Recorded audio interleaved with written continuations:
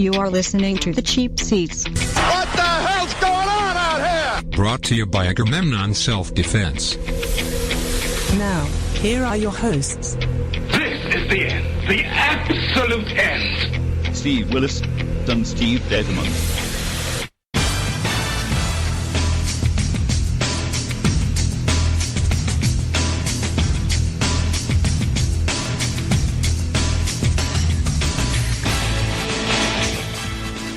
Good afternoon, everybody. XDRS Radio. You are tuned in to the one, the only, always imitated, never duplicated, The Cheap Seats, right here on XDRS Radio. Running a little late today, but that's okay. That's okay. I had to get off the disabled list. Yes, and You just did. I just missed the disabled list. That's what I heard. Yeah. You know, it's funny because it was the way this worked out. Todd Burlage is going to join us a little bit later. He's going to be in studio with us. We're going to break down the NCAA Final Four. Of course, show is brought to you by Rock's Sports Bar and Grill. For those that go to Rock's, we salute you. And it was funny the way this worked out. Of course, the other voice that you heard to my immediate left, I'm over here. NIU's very own Steve Detterman, and I am your host, Steve Willis. I'm in good voice today, aren't I? Yeah, you're well, it's a lot better than what it was yesterday. Oh, sure. It's a lot better than it was yesterday. All right. Yes, it is. And it's funny the way this worked out because it was a show of it was going to be the both of us. Yes. And then it was going to be just me. Yes. And then it was going to be just me and Todd. Yes. And then it was almost none of us. Yes. And now it's going to be all three of us. That's good. And we started half an hour late. That's okay. It was the weirdest thing. Here's kind of how this went down. For those of you, get out your score sheets, get your pencils. Yeah, make sure you have an eraser. For those of you keeping score, this went 1, 2, 1, 0, 3. And in the scorebooks, that's a double play. that comes out to be a double play. That's right. And it was weird because Steve texts me 2 nights ago. Says, Hey, don't know what my status is for Friday. Got a really bad chest cold. You're getting over it, right? I am getting over it. Getting over it. You can. As I heard from everybody I've talked to today, God, you sound horrible. Are you okay? I go, yeah, I'm there. I'm here. It's a lot better than what I was. And so it was not really a big deal. I was like, okay, well, if I got to do the show by myself, I mean, I did that for 5 years. It's not a big deal. We can do that. And then I called Todd. I'm like, hey, there's Detterman's a threat to not be here. Do you want to come in? And he's like, yeah, absolutely. I can jump in. So did you tell him I was going to be here? Does he still want to be here since I'm going to be here? Yeah. Okay, yeah. Good. Okay, I just want to make sure, And so Todd said he was going to be here. Yes. And so it was going to be me and Todd. And right. then I had to go to the doctor today and get myself checked out. I had a little ankle thing. And so I'm sitting at the doctor and they're taking forever. A long time. Like a doctor always does. They're really, really busy. And it's not a big deal. And big shout out, by the way, to South Bend Orthopedic and Dr. James Flynn. My ankle feels great. Woo-hoo. And I will start my physical therapy very soon. Go. Shameless plug bell right there for South Bend Orthopedic. And so the clock is ticking. Yeah. My appointment was somewhere in the mid 3 o'clock hour. Okay. Now I'm thinking I got plenty of time to get here. Sure you do. So, I'm sitting there waiting. And I text Todd and I said, I don't know if I'm going to make it on time. And so, then Todd was like, well, let me know what's going on. And then I text you. I said, you know what? I think we're just going to start the show at 6:30. Then you said, well, I'm going to be there. Well, you said, are you going to be there? Yeah, are you going to be there? I said, I will be there. Yeah, you'll be there. I will be there. And then I hit up Todd and I said, how about 6:30? He's like, oh, man, that works better for me. Great. And I'm like, okay, perfect. So we went from just me and Todd to nobody to all three of us. There you go. I love Dream team. It is. Dream team. It is. Yes. We are back. It's been a while. It's been a couple months. Absolutely. And perfect timing to come back because this is Final Four weekend, the pinnacle of college basketball. Todd has a sneer on his face. We almost had perfection going into this week. Oh, yeah.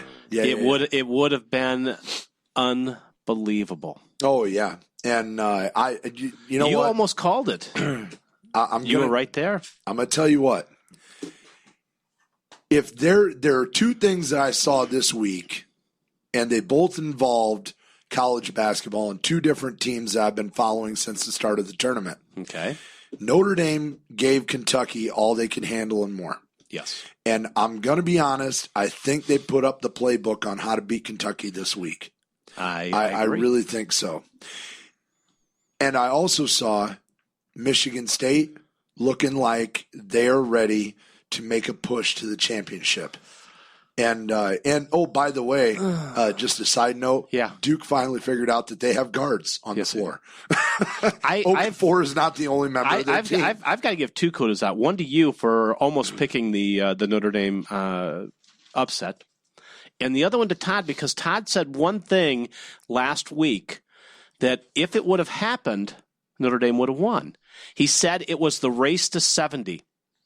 And if Notre Dame would have hit 70, they would have won that ball game, 70 to 69. Absolutely. And then when they were at 66 with 2.5 minutes to go, I had the biggest smile on my face. Oh, man. You can imagine. But guess what? They went scoreless in that last 2:33 and landed on 66. Right. Yeah. And I sat there, and I didn't get to see any of the game except for the last rundown by Jerry and Grant to throw it up. I was at a wedding, and I'm sitting there going, okay, can we leave now? Okay, no, we got to stay. We got to dance. Okay, can we go now? No, we got to wait. Sweetheart, I'm looking at I'm watching the game on my phone, just waiting for it to keep updating. If I go, Maris, there's only like 10 minutes left in the game. Come on, can we please go? Then finally we left. I got home just in time to watch the free throw made to put them up, and then watch the the rundown and the shot miss. Whose wedding was this? It was a friend of ours daughter's. That's what it was my wife's friend. You just walk up to them, shake their hands. No. We're going to leave. I mean, I got news for you. You got a 50-50 shot of this thing ending in a messy divorce. You're a radio personality. No. Research needs to be done. That's what DVR is for, right? Right. That's what DVR is for. You can watch it afterwards. Did you DVR it? Yes, watched it afterwards. Then there's no excuse. You should have seen the whole thing. After I watched the end, I didn't want to watch any more. Oh, of it. Man. I mean, I sat there and I followed a lot of it, and I watched bits and pieces of it. It was, I tell you, I was totally impressed with the game plan. I was impressed with what they did until we got to the end. And but I think Jerry, I think it was either Connaughton or Grant that summed up. They said, you know what, we live by the jump shot, you die by the jump shot, and that's what happened there at the end. I disagree though, and I was frustrated, and I'm not going to point fingers because the reason obviously Notre Dame came this far in large part is because of Jerry and Grant. Yes, we can all agree on that. Yes.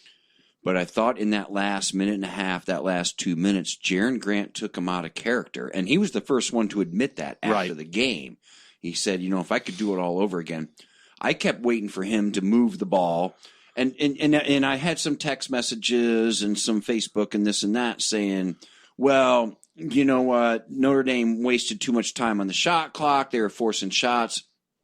I've watched Notre Dame do that all year. I thought they were one of the best teams in the country, maybe the best team in the country at when the shot clock got to 10, running their offense, moving it around, and even with 2 seconds on the shot clock, making the extra pass, and then maybe even making another extra pass. And that's what I was expecting for Notre Dame, and we didn't get it. We had forced Jaron Grant shots. Again, he was the first to admit it, but he's a big part of what got us here. He wanted to take the team on his shoulders. I was disappointed in that because it's been such a team effort. I thought he individualized it too much. There is a big difference between wasting time on the shot clock and playing a ball control offense. And that is what Notre Dame was doing all night, especially in the course of that second half up until the last few minutes of the game. They were playing a ball control offense. I never felt like they were playing to lose. No, they were definitely playing. No. It looked like they were playing not to lose. You know what I'm saying? Right. They looked like they were playing like a team with a lead against an elite scoring team, which is exactly what they were doing.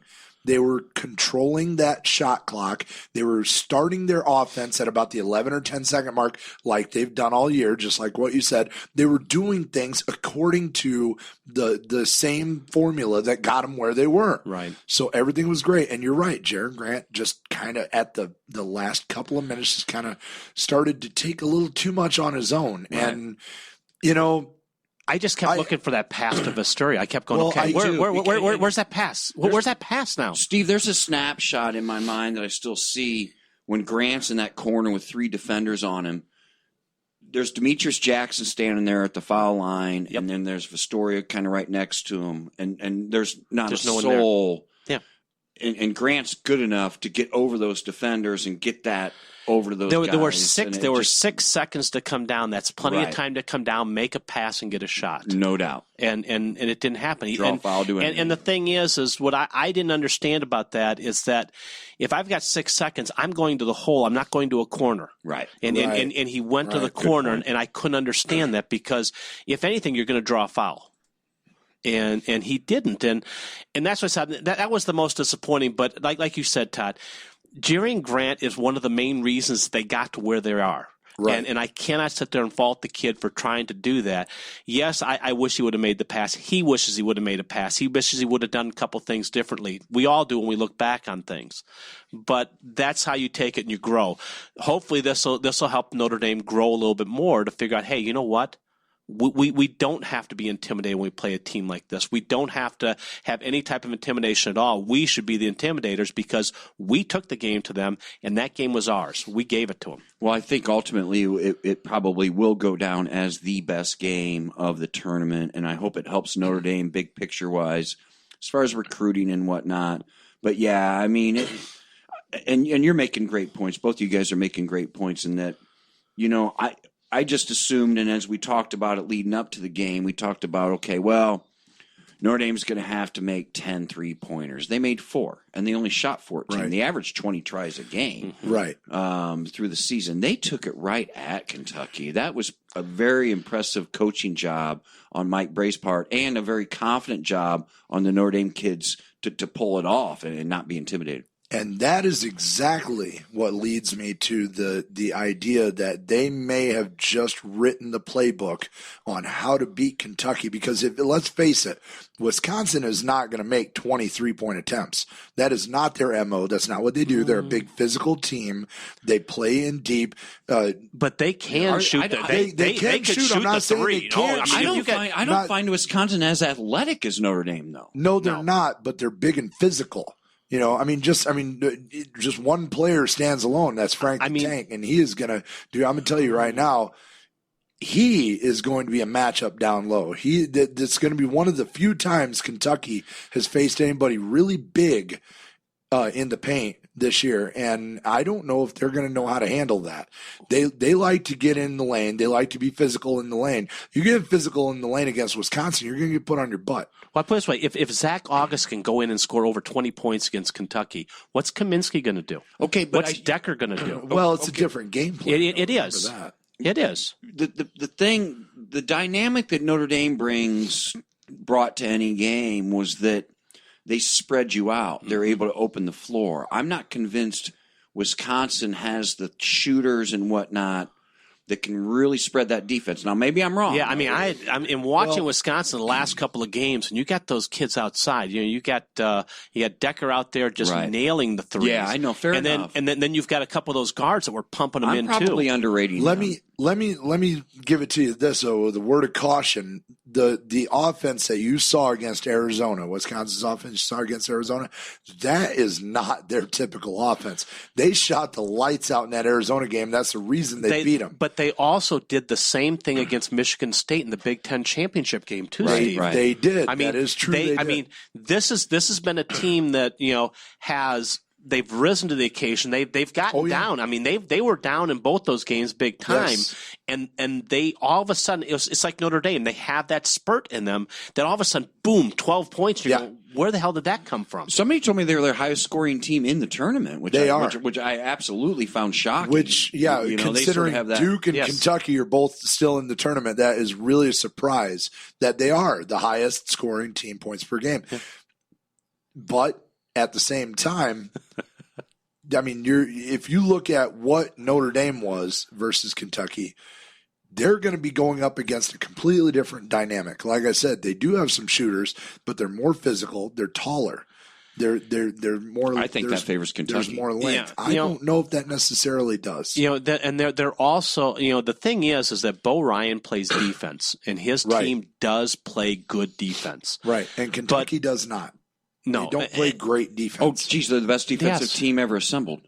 Seriously. I mean, they're number one. I am dead serious. Yeah, they are considered one of the best defensive teams ever assembled. I think they were number one. They're number one they're number one in the country in shooting percentage. They only give up 38%. Now, see, and they're number 2 in scoring defense. They give up 52 points a game. That's why I kept talking about if Notre Dame, if there's any way in the race to 70 is what if they can get to 70, they have a chance. Now, see, that's crazy because I've never actually looked at the statistic. Yeah, they're considered one of the best defensive teams ever assembled. But by the eye test, they just don't look it. How they come up?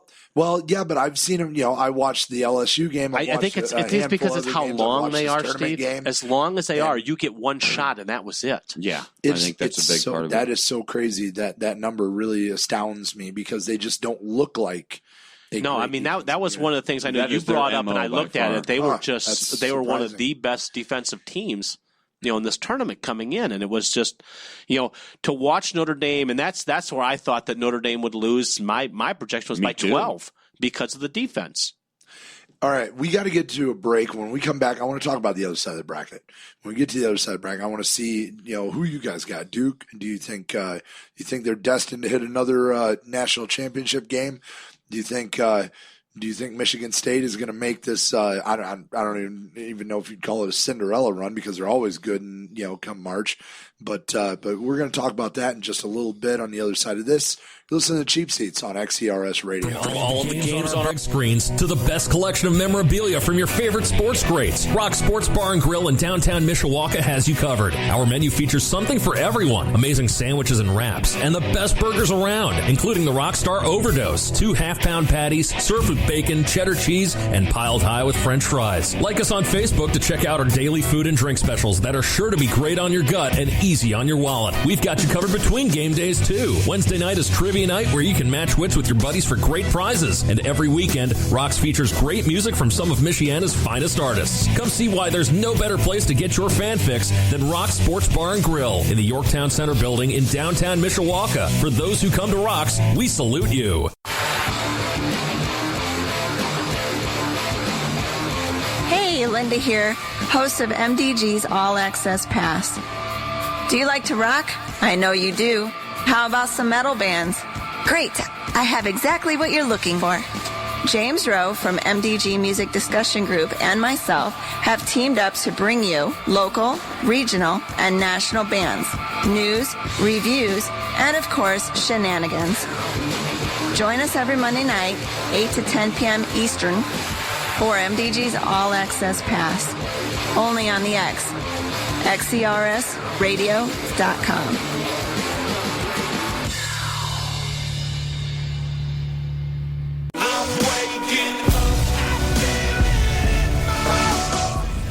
And we are back. You're tuned into the Cheap Seats on XERS Radio. And, of course, you can always check us out on Facebook. Just go to facebook.com/TheCheapSeats with Steve. And we are all on Twitter. Todd Burlage hanging out with us today, by the way. You can check us all out. You can check, of course, Todd Burlage's Twitter handle. That is at Todd_Burlage, right? No underscore. No underscore. Just straight. TODDBURLAGE. I should come up with something more clever like Todd Burlage. T-Bone or T-Dog. Yeah. TB. T-Dog underscore. Steve Detterman, of course, is at SP Detterman. And that is right. No underscore there either. Yeah, mine is at TCS Willis. All right. And of course, the show is always on demand. If you miss any of the show or you're tuning in, you're realizing that it's just starting. Good for you. But if not, good for you. Miss any of the show later on, you can always check it out on Spreaker or iHeartRadio. Or we'll have it up on Facebook also. Yeah, it's always on Facebook. But you can go to Spreaker.com. You can check it out, Facebook. Just Facebook.com/The Cheap Seats with Steve and iHeartRadio. Just search The Cheap Seats on iHeartRadio. Or Arena Sports Network. Yep, and on the Arena Sports Network. We'll be replaying at midnight. So, all right. So the other side of the bracket, the side that doesn't include Kentucky, of course, is not getting as much national attention, but it really should. It really should, because, I mean, you've got, and I hate to do this because it's not about them, but you got two Hall of Fame head coaches once again in the tournament making a deep run. Mike Krzyzewski and Izzo, the two of them are just leading their team. We kind of thought Duke was going to be good enough to get to a Final Four. Very few people had enough faith in Michigan State to get to a Final Four. They were thinking maybe Sweet 16. Even less thought Elite Eight. Very few thought Final Four. I was one of the few that said Elite Eight. I really didn't expect them to go to the Final Four. But here they are. And once again, another Tom Izzo team playing loose, just looking like they're tournament ready. I mean, but then, like I said before the show, Duke showed us yesterday or last week, by the way, Okafor is not the entire team. They do have two guards that led the way last week. I really, this is going to be a lot better matchup than what a lot of people are giving it credit for. What do you think? What do you guys think? I'm impressed that Tom Izzo brought Michigan State as far as he did. I didn't have them getting beyond the 16. I got them going to the Sweet 16. I had them losing at that point. His team always seems to peak at the right time. I think they've peaked in my opinion. I don't think they have the horses that'll hang with Duke. Duke on the other hand, I mean, this is a team that's played good enough to win. They've had some spots where they haven't played so well. I thought in the game against Gonzaga, there was one play that basically I thought turned that whole game around to where it was like a 1-point game. A phantom foul called on Gonzaga, and all of a sudden it turned into like an 8 or 9 point run for Duke, and the game was over. But I do agree with you, though. Duke's guards have come to play in the last couple of games, and that's going to take a lot of the pressure off of Okafor, and it just makes them a more complete team. And I just don't see Michigan State hanging with them, though. Just as soon as you say that, Tom Izzo's team, they play some good defense, and they get some timely shooting, and they all crash the boards. That's the one thing that's very, very, typical of a Tom Izzo Spartan team. Guys, I have no problem admitting that I am an absolute Duke hater. Okay, and I think they get overseeded. I don't mind that whatsoever. Unbelievable treatment, but I absolutely love this Duke team this year. And I have all year. And I actually think they have not gotten enough credit. I mean, when you look at Quinn Cook, Justice Winslow's, Tyus Jones, that is about as good of a three-pack, of combo guards, however you want to slice them up, however you want to, equate them as far as position players, that you're going to get in the country. Oh, guess what? We have the best player in the country to go along with it. Right. I think this team is absolutely loaded. And to be honest with you, we talked about a little bit earlier, and I firmly believe Notre Dame very much could have, if they would have gotten through Kentucky, had a great chance of winning the national championship. Mm-hmm. This team, this Duke team, would worry me a heck of a lot more than Wisconsin would. I really think this Duke team is hitting on all cylinders, and the guard play is fabulous. I can't believe I'm saying it's actually an underrated Duke team, in my opinion.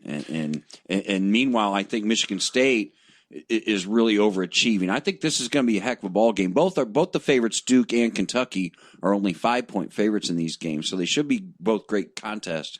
But at the same time, I love the makeup of this Duke team. I think another Duke-Kentucky matchup, while it seems a little boring on the outside to people, man, I think it's the two best teams that really do. How do you overrate a number one seed, though? Yeah, fair enough. I know what you're saying. I mean, I guess.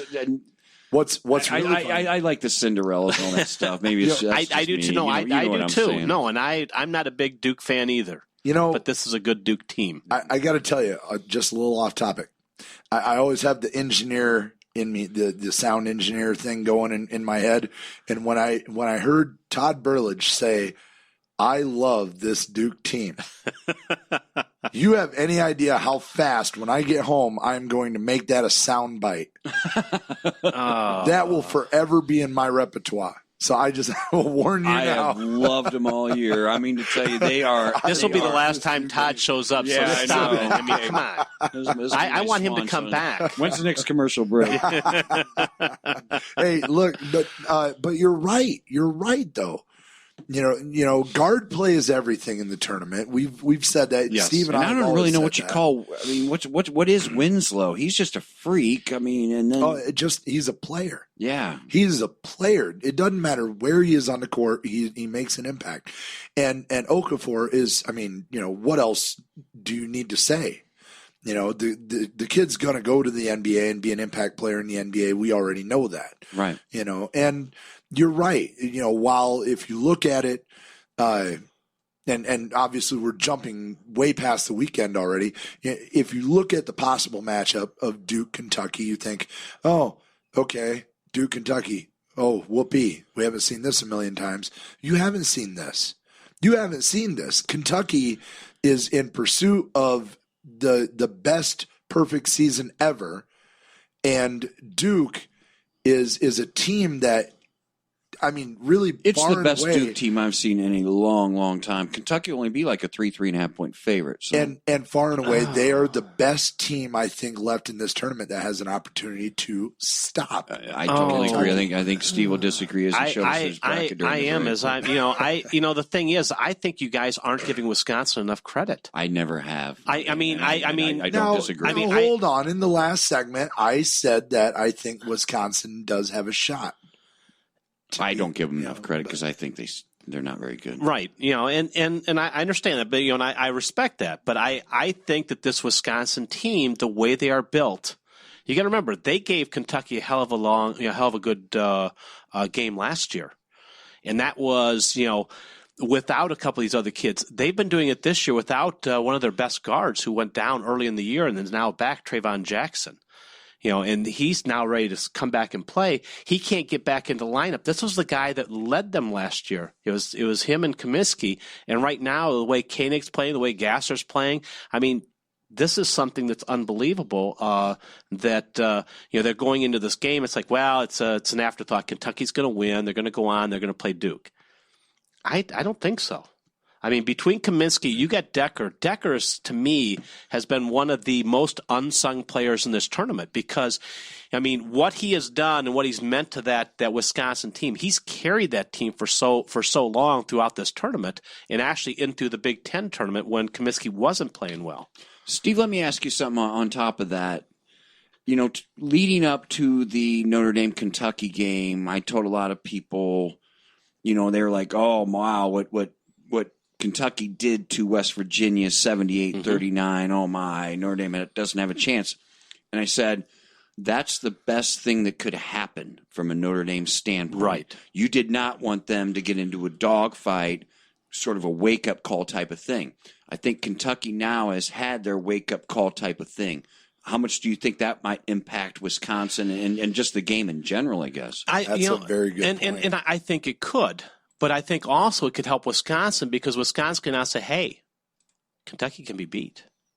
We just saw a blueprint. We saw what we can do. And Bo Ryan, I would put him above, Mike Bray as far as when you get to coaching.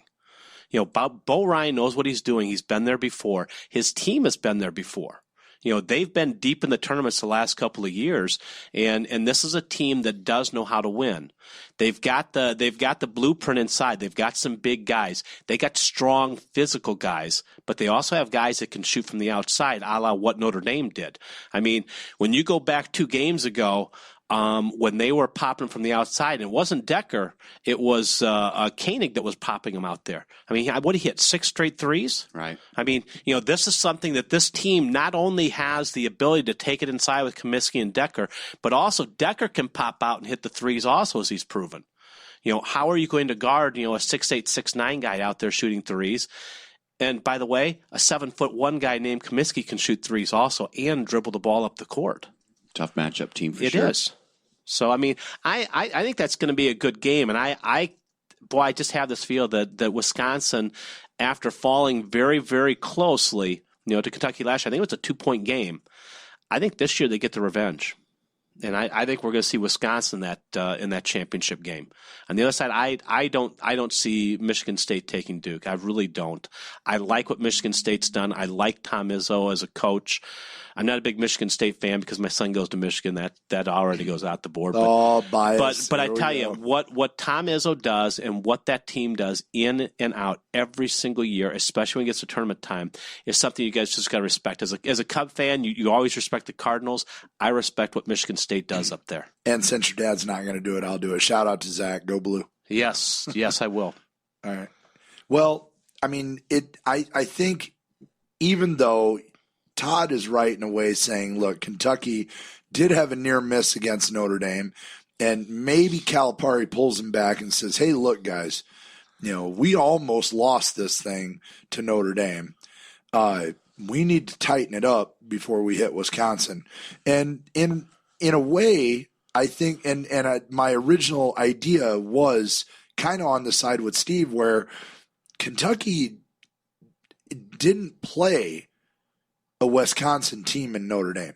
Kentucky is going to have to retool the way they do things versus Wisconsin, because they're not going to play Kentucky the same way Notre Dame did. Far from it. No, they can't, because Notre Dame runs the floor, plays that spread, something that Wisconsin just simply doesn't do. Wisconsin does shoot, but they also have a big inside presence. They can play a low post. They can run a high ball screen better than Notre Dame can if you play a good low post, because you've always got to be able to defend that paint.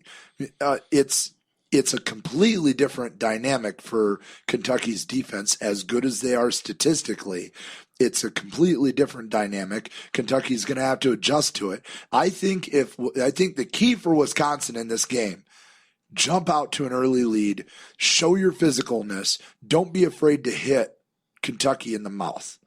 Don't be afraid to just come in there, get nasty right away, hit them in the mouth right away, and take them off of take them out of their own mindset. Make them play Wisconsin's game. Don't try and play Kentucky's game. You mean play Big Ten basketball? Right.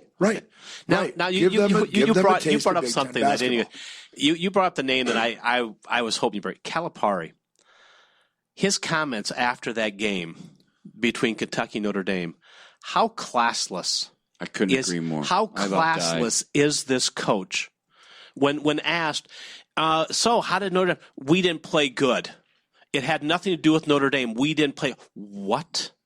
How classless you can't is he? give. Yeah, I know. But whatever. It is what it is. I mean, he's been a classless guy forever. So I mean, he's a winning coach. He does a great job with the X's and O's. He's a very, very good recruiter. He graduates all his players. Well, he's a great recruiter. That's what he is. He can recruit, but I tell you, he showed absolutely no class. After that game, I mean, my mouth dropped open. I said, "Are you kidding me? Really?" It's funny you brought that up, because I have not talked about that once, and I've been asked. I've done quite a few radio interviews since that game, and the question has not come up, and I haven't brought it up, Steve. And I was stunned too. I really was. I mean, of all the times to give the opponent some props, I mean, really, you have the best college team ever assembled, and you just about got your ass handed to you, and you're saying no, we didn't play good for 37 and a half minutes of this thing, and there's just a bunch of little cat. I was waiting for the follow-up question. So why they didn't play that good? Well, why did they not play that good? Can you tell me why didn't they play that good? Did it happen to be Notre Dame? Yeah. Could that have been the reason, John? I tell you, I agree with that. It just classless all the way. I was pretty stunned. I thought of all the times that Calipari has had a chance to sort of, his name is sort of muddied out there with everything he did at Memphis and everything else. Massachusetts. I thought of go back to UMass. Yeah, fair enough. With Canby and everything else. Yeah, I thought I thought it was a chance for him to kind of, build some bridges there a little bit, but nope. No can do. He has his 10 NBA guys, and that's where he's going. And, I respect them for what they do. In all honesty, he does have 10 NBA guys on that team. They share minutes. They play defense. They seem like good guys. I don't cover the program that closely or anything like that, but from a distance, they seem like they're doing everything right and good for them. None of them will graduate, not so good for them. But I just really thought that was a chance to kind of be an ambassador, I guess is the word I'm looking for. Oh, I agree. For Calipari and what Notre Dame's doing and what Mike Bray's doing. And he wouldn't take the bait. Oh, you want me to keep going here? What are you doing? I'm trying to find the... What are you surfing over there, Steve? I was trying to find the clip. Oh, you're trying to find that clip? I was trying to find the clip. Jeez. And all of a sudden, we finish, we look at you. You know what's really funny is you want to talk about striking out. The whole conversation you guys had just now. I'm over here frantically trying to find this clip. You're working for us? Would you believe as big of a firestorm as what that was last week? I can't find the damn clip. Yeah. Nah, that's okay. Well, that's what I think we can. I think Calipari had it pulled somehow. Yeah, and the best part is you stop talking. Well, we were leaning on you. Look at me. Well, usually when usually when we hit the top of the hour, you're always yelling at me to break. Hey, it's time to break because I always go long, and I always feel like I'm talking too much when I sit down here. Sometimes I look up at 7:05. I go, oh my God, I went way over this time. Right. We better finish. We'll look over to Steve. He's going to say, hey, we'll be back. And I look over and he just looked at me and go, keep going. I'm going, I finished up purposely for you. I did. That has never happened. No. I think he's on spring break, isn't he? You know what? Right. 7 years of doing this show. That was the first time I think I've actually had nothing to say. Wow. Well, you were busy over there. I didn't know what you were surfing. You were I'm sitting from behind you. You want us to talk about some more? We can. No, we do have to get to a break. We have to get to a break. We got to get off. When we come back, college basketball season's almost over. It is time for the crack of the bat, the smack of the glove. Baseball is coming back, baby. Talk a little bit about it here in just a little bit. Listen to Cheap Seats on XCRS Radio. 1, 2, ready, go. 1, 2, ready, go.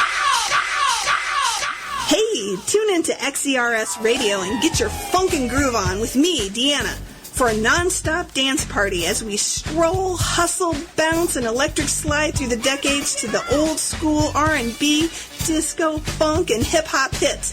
If you can get jiggy with it, you better believe you're going to hear it here every Saturday night from 9 to 11 p.m. Eastern. Dance party classics from artists like Aretha Franklin, The Temptations, Shaka Khan, and the Ohio Players are sure to get you moving. And every week, I'll be dusting off some of my old 45s and 12-inch dance LPs to bring you old school jams from artists you haven't heard in a while, like Cameo, The Bar-Kays, M2May, and, well, Milli Vanilli. It's true. Listen. If you're getting ready for a night on the town or having your own personal dance party in your living room, you can pump up the jams every Saturday night with me, Deanna Lynn Bennett, on the X.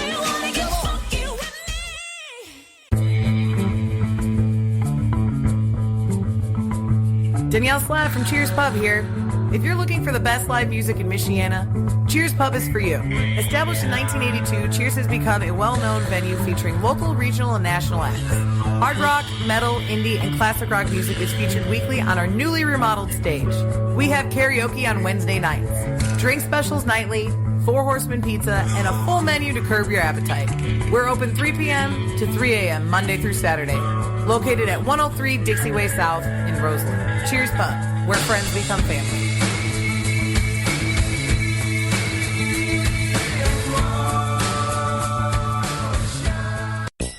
Someone may have reached utopia. They figured out the best of both worlds, a 5-star dive bar. In fact, that is what it is and is its name. 5-star dive bar at 561 East Jackson Boulevard, Elkhart, Indiana, near Johnson Street. Serving at the 5-star full lunch and dinner menus. Get it all from appetizers to desserts. Special 5-star burgers, and Jake has great buns. The dive bar is also a 5-star place to go for nighttime entertainment and fun. Full bar service and the 5-star frozen Jaeger bomb. With live music 4 nights a week. Wednesdays and Thursdays, a karaoke DJ. That is the 5-star dive bar, 561 East Jackson Boulevard, Elkhart, Indiana, 574-294-7500. 5-Star Dive Bar on Facebook.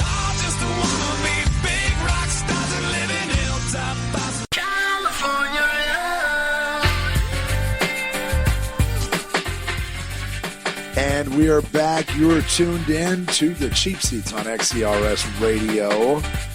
We have got a lot of stuff going on this weekend, too. Just a little tip-off to our sponsors. If you are heading out tonight, Hipposonics is going to be at the Phoenix. You can go check them out. If you're heading out to downtown, the downtown area in Mishawaka, Cheers Pub, you got Ultra Fab out there tonight. 5-Star Dive Bar over in Mishawaka. That would be Happy Ashcraft in the Drive is going to be out there. Saturday, Whistle Pigs at the Phoenix. Cheers, DJ Ma and DJ Big House. And then, of course, Incredible Johnson's at 5-Star Dive Bar. And we are here, the three Incredible Johnsons that are over here. This is, the Amigos, the three Amigos. We can't be that bad. Three Amigos. We can't be that bad. No? Larry Moe and Curly. There you go. Yeah, sounds a lot better. That, of course, is... I'm not sure where the Curly comes from, though, with us. But that's true. Yeah. We're all kind of light on top. Yeah, we're a little... Yeah.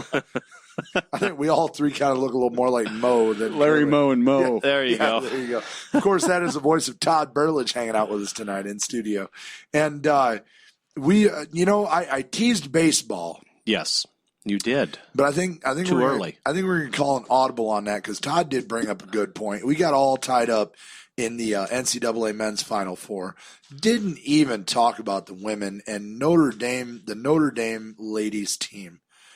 Is just, Lights as out. expected, remarkable run through the tournament. South Carolina, winner faces the winner of UConn and Maryland. Yeah. God, couldn't think of that. So, yeah, Terps are the Huskies going up against they'll play Connecticut. Yeah. The winner will play Connecticut. The winner will play Connecticut. Man, did you see? Did you watch that UConn Tennessee game? Briefly. It wasn't the UConn Tennessee game. It was who did UConn play last? Was it Dayton? Yeah, Tennessee. No, it was Dayton. No, it was Dayton. Yeah, That's right. It was UConn Dayton. They were down by what, 1 at halftime? Oh my God! And win by 20 yes, something. That's where I was going with. Yeah, it was Dayton. That's where I was going with that. Oh man, I was going 7 seed. I didn't. I said no. I didn't see that Connecticut Tennessee game. Yeah. I saw the Connecticut Dayton game. Yeah, I forgot Tennessee was playing Maryland. Anyhow, dude. Yeah, no. Talk about a tale of two halves. Oh, my God. Oh, Dayton looked like they had something for UConn that whole first half. And then Gino Auriemma come bring What do you think Gino said at halftime? I don't know, but I would have loved to have been a fly on the wall. Nothing we can say on the show. No. And there are probably about 12 girls going, my scholarship is gone. Yeah. Oh, my goodness. I would have loved to have been a fly on the wall for that conversation because they came out. The second half, the UConn ladies came out. They're never rattled. Their hair was on fire. No. They just came out with a sense of urgency like you wouldn't believe. And it's probably easy if you're UConn and you're used to just kind of trotting your way right into the national championship. Right. To get hit in the face by a number 7 seed like a Dayton and just kind of get reeled for that first half. But credit to Gino, credit to the ladies. They come out in the second half and they just turn it on. And they showed Dayton, they'd be like, okay, that first half was yours. Welcome to our world. I don't think it was turned on. I think it was the floodgates opened. It was a typhoon. Something else. It's such a different dynamic when we talk about the women's game versus the men's game, and I think you guys will agree. When we talk about the men's game, there's a lot of parity and athletically. In a lot of ways, anybody can beat anybody. Right. But when you talk about the women, when UConn says it's time to go, it's time to go. And that's why we have 4 number 1 seeds in the Final Four every year. It just plays out that way. And that's okay. But yeah, that was pretty amazing that Dayton could even hang with UConn for a half. I don't even know what goes into that. But what a magical run for Dayton. Number 7 seed beat the 2 seed. I have it in here. I know the 3 seed was Louisville. The 2 seed was Kentucky, I believe. I think they took care of the Kentucky schools. And then had UConn down in half. What a magical moment for that group of girls, right? I mean, but ultimately the talent just takes over in this women's games more so just because of the discrepancy than it does in the men's. But Notre Dame, this is a great Final Four. I mean, as far as the UConn will crush Maryland. Let's just get that out of the way. They're here. But this Notre Dame South Carolina game on Sunday, 6:30 ESPN, it's going to be a heck of a game. Notre Dame 35-2, as you guys mentioned. South Carolina 34-2. South Carolina's 2 losses to UConn, of course, by 25, of course. That was in February. And then they lost to Kentucky in the regular season finale. Kentucky ended up a number 2 seed in the women's tournament. So this is a really good, balanced, and very equal team to Notre Dame. It should be a heck of a ball game. They're very big inside, very athletic, and very long. skilled outside. Yeah, and that's the one thing that that just amazed me when I watched the women's game is that this is a game that is so predicated on runs. When one of these teams gets on a run, you're so right, I mean, Steve. it's just, you're so right. It's not a back and forth. Like you can get in the men's game, you go back and forth, back and forth. Here, it's just all of a sudden someone takes off and runs 16 to 20 points straight, and you're just going, wow, how did that happen? That's a great point. And it's and that's when you've watched Kentucky, or I should say Kentucky, when you watch Connecticut, you watch Notre Dame, you watch South Carolina, it's those long runs, and that's. As a women's basketball coach, you've got to stop those runs in order to keep yourself in it. But it is just amazing. You watch a game that's 10-10, the next thing you know, you turn around, it's 30-10. Yeah, you know what? And I'm going to go to your point here. I'm backing up a little bit here with the Notre Dame gals on my notebook here. Baylor was up 26-7 in that game in the regional final, and then Notre Dame busted out a 24-6 run. And just took control of things. I had never thought of that, Steve. I think that's a great point, and I appreciate that because you gave me a story idea. And wow, I'm glad I came in here. No, but I'm serious. It's a great point. I mean, because the Notre Dame game had 20 lead changes and 14 ties. The men's. You don't see that in the women's game ever. And you make a good point. It's diminishing those big runs, I think, is as important as making those big runs. Yeah, it's and that's going to be the key when you get to South Carolina and Notre Dame, because these are 2 teams that know how to take the ball and start those runs. It's which team is going to be the stronger on the defensive side to stop that run and continue with theirs. Because I don't think you're going to have a back and forth. It's been a long time since we've seen a back and forth women's game. Right. I think one of the biggest highlights in this entire tournament is the quality of the gameplay. The ladies, you see far more fundamental gameplay. I think than you do in the men's game, but I think the men's game is still good. I think it's the one and done has really hurt the men's game because it's allowed for mercenary teams like a Kentucky. Right. But the overall teaching of the game, when you look at some of the classic teams, the Mike Krzyzewski teams, the Tom Izzo teams, when you look at these teams and how good they are fundamentally, you still get a good quality of the game. Now, somebody who disagrees with me on that would be me. Well, maybe you, but somebody who disagrees as far as the watchability of the game is one Gino Auriemma. Gino ranks right up there with John Calipari in my book. Well, I'm gonna play this. This is a story from ESPN.com, and reporting is Prim Siripapat from ESPN. Let me play this real quick for you. Welcome in. I'm Prim Siripapat. 9 NCAA titles, 5 perfect seasons, 6 Naismith Coach of the Year honors, and UConn coach Gino Auriemma has a more than impressive resume. But he recently came out and said something really interesting. He called the men's game, quote, a joke. Joining us right now is ESPNW writer Michelle Smith, who has been covering this story. So, Michelle, why did he come out and say this? Well, we were on a national conference call earlier today with the Final Four coaches, and it was the last question that he was asked. And somebody had asked him about what he thought about the state of the men's game, and he was kind of on a roll. And as Gino does, Gino provides. And he really was – it actually was a little bit surprising kind of at the tail end of a conference call that you think is almost over.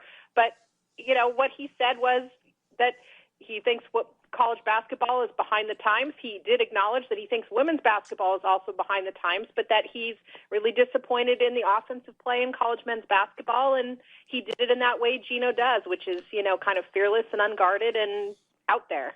Has he ever said anything like this before? No, but I don't know that he's always – I mean, there may be opportunities with Connecticut writers or time to time when he's been asked about things. I mean, Gino gets asked about his opinion about a lot of things, and one of the great things I think about Gino is that he's always really sort of unguarded about what he thinks. He says it. But I don't remember anything quite like this. All right, and it just goes on. But I mean, the game is a joke to Gino RM. He thinks it's not even watchable.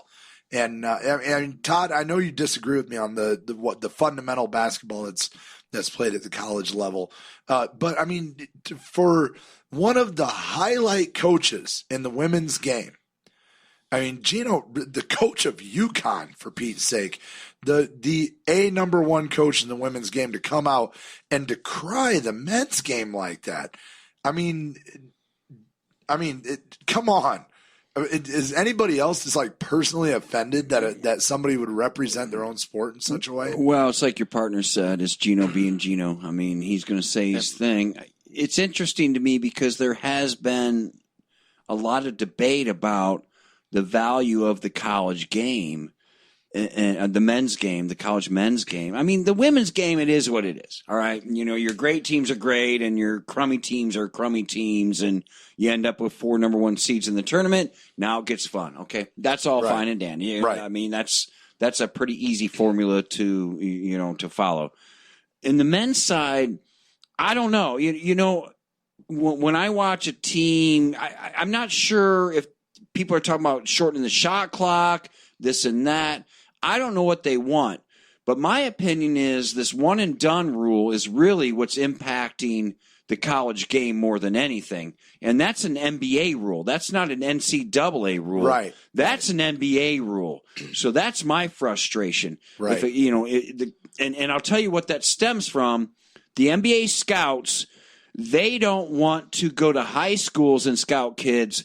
They want one-stop shopping with fancy hotels and nice meals at the media center at Kentucky. They want one-stop shopping. So they implemented this one-and-done rule. So that's what's going on there. So, you know, you can gripe and complain about the quality of the college game, and it stems from this one-and-done deal. That's the problem. And that's why I'm going to celebrate Mike Bray right this second. I can't believe he wasn't involved in any kind of National Coach of the Year discussions, because Mike Bray doesn't subscribe to any of this stuff. Right. He graduates his kids, he does his thing, and he puts out an entertaining product on the floor. They win, they're successful, and they graduate. Amen, my brother. I agree with you wholeheartedly. I mean, you know, I would much rather watch a Wichita State, a Notre Dame. Amen. You know, one of these teams or these guys that, I mean, and that's I agree with you. I can hear what Gino's saying, and part of it I agree. The one and done has really they've hampered and it's hurt college basketball because you don't have the time to build up the chemistry. You don't have time to build up that relationship. Do you guys, Steve, I'm sorry to interrupt, but do you guys remember back in the day when we could look forward to the next year, next year's team? Oh, absolutely. And you knew exactly who was going to be there. You knew what you had coming. You go, oh my God! And you go, who's the next freshman coming in? Who's going to do this? I mean, and I can remember when freshmen didn't play. Mm-hmm. You know, and that's it's just to a point to where I think right now the one and done has taken so much away from the game. It's, you know, right now if you want to watch fundamental basketball, you do watch women's game because they play together. You only see it in specific levels in the men's game with the a Wichita State, with a Notre Dame, with a Wisconsin, where these guys have been together 4 years. Some of these teams, they do Butler. They will play the full 4 years together, and you can see that culminate to see where you get in here. Now, when we talk about the number 1 seeds, when was the last time you saw 7 of the 8 teams in the Final Four, men and women's, be number 1 seeds? That's what we have this year. Yeah. Well, I think a lot of that has to do on the men's side anyway. It has to do with the one and done. Yeah, exactly. Wisconsin's not a one and done team, though. No, they are not. They are not. But then Kentucky is. Wisconsin has Bo Ryan, who knows how to put together a team. That's right. That's good enough to play in the days of this one and done business. The same thing with Mike Krzyzewski. He doesn't have a lot of one and done players on his team. He has more than his share. He's got a couple. I've been thinking during this show that you've been giving him a little bit too much credit as Mr. Graduate, 4-year guy. No. I never did say that. I'm just he doesn't build a band of mercenaries like what John Calipari does. If he happens to fall into some blue chip players, hey, it is Duke. Yeah, right. Exactly. It's Duke. And the blue chippers are coming to him. No, yeah, he's not going out. Who's going to turn down an Okafor? I got you. Right. See, and I would have loved to see a Notre Dame Wisconsin game. Can you imagine that? I mean, these are 2 teams that are playing, not 10 individuals that are out there that, the next time they play, it's going to be at the NBA level. I so agree. Jerseys. What a fun game that would have been. Wouldn't that have been? That would have been a tremendous game. But I still think we're going to have tremendous games this weekend, though. Yeah, I do too. I totally agree. That was the most fascinating matchup to me, Wisconsin, Notre Dame. I think that would have just been a fabulous matchup. Wisconsin, Notre Dame, 2 Midwest teams playing in Indy. Wow. You talk about just amazing. We wouldn't have had the East Coast or West Coast market, but you know what? Doggone it, we would have had the entire Midwest watching. We'd have had the Steve market. We'd have had this market. I tell you, sure. Notre Dame, you're going to draw from all over the place. This Wisconsin team, I think, they're going to draw. Yeah, Wisconsin is, I think, very underrated coming in anyway, because nobody really liked Big Ten basketball this year. No one did, and they got 2 in the Final Four. Yeah, 2 in the Final Four. They brought 3 teams to the tournament. 2 of them are duking it out for all the marbles. Would you imagine if lightning were to strike? Well, they had more than 2 teams in the tournament. Yeah, I don't know about that. Yeah, they had Ohio State was in there. Purdue was in there. Later rounds. Purdue was in it. Indiana was in it. Yeah, that's right. Purdue. No, that's fine. But that's okay. I mean, I think your point's very well made. 3 relevant teams. Who would have ever? If lightning strikes, 3 relevant teams. If lightning were to strike, and we had Wisconsin and Michigan State in the national championship game, how crazy would that be? You know what? To think of, think about it. In November and December, who cared about Big Ten basketball? No one. Absolutely no one. And next week, there is a slim chance, but there's an actual chance that we could have 2 Big Ten teams. Big Ten would be guaranteed a national championship. I don't think I don't think it's that far. I mean, yes, it would be an upset for me if Michigan State beat Duke.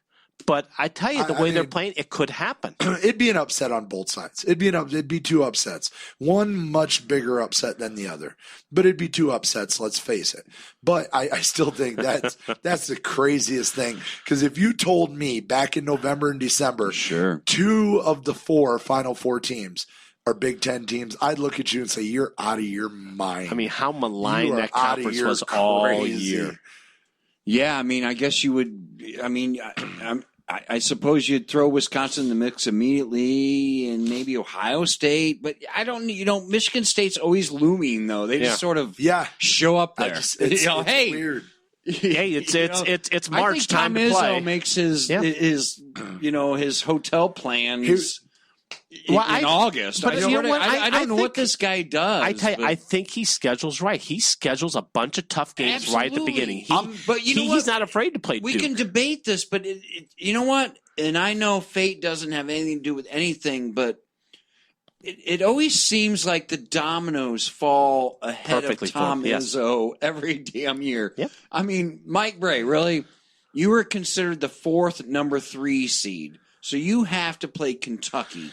How did that happen? How does that happen? I'm sorry, guys. I know I'm boring. No, your show. Because I thought that was a horrible seed. They were considered the number 12 team. How? They were ranked number 8, yet they were ranked in the AP poll. They were 12th. The committee gives you their layout. You were ranked number 8, but you just won the ACC tournament and you beat Duke twice during the year. Yet you were ranked 12th then, right? By the committee. How? And 3 Big 12 teams were ranked ahead of them. Baylor out in the first round. Iowa State out in the first round. Oklahoma out in the Sweet 16 round. The final 8 round. Yes. So somehow the committee came up with 3 Big 12 teams that were ranked ahead of the ACC champion. Yeah, and so they put him with Kentucky. Gee, who was on that committee? I wonder. Well, makes you wonder. That was odd. That 3 line was really awkward to me, to have 3 Big 12 teams and Notre Dame, and have 3 Big 12 teams ranked ahead of Notre Dame, who had just won the ACC tournament champion. It had been ranked in the top 10 for most of the year. For all year, and had beaten more quality opponents than any of these clowns had. So, I don't know. All right. So frustrating. But I think we're all in agreement to say Michigan State out of all of the Did I go off topic? 4 teams. Well, we did. You did a little, but it's okay. It's okay. It don't matter. I think we started the show a half an hour late. Who cares what we do right now? I think we agree. Michigan State is the longest shot. They're the longest shot. Yes. But once again, you said Tom Izzo. I liken Tom Izzo's teams to this. I like Michigan State to this. I'm gonna put up a crazy analogy. They remind me of like Jeff Gordon at a speed track where he's leading, but he just kind of lurks. He kind of leads a little bit. And right at the very end of the race, right with 15 laps to go, next thing you know, here he comes to the front and ends up leading their way. Speaking of which, they're not fast forward, my man. Yeah. Speaking of which, they're not racing this week. They are not. They're I know. I'm bummed too. Taking this weekend off. They at least take Easter off because they don't want to. If anybody would die on the track, they don't want to make moms mad on Easter. But I didn't know you're a big NASCAR dude. Kind of, somewhat. But you know who is? Josh Briggs, and he's going to join us right on the other side of this break. Oh, I'm a NASCAR freak. You'll love this. The Chiefs. The Chiefs. You're listening. You can't even get it out.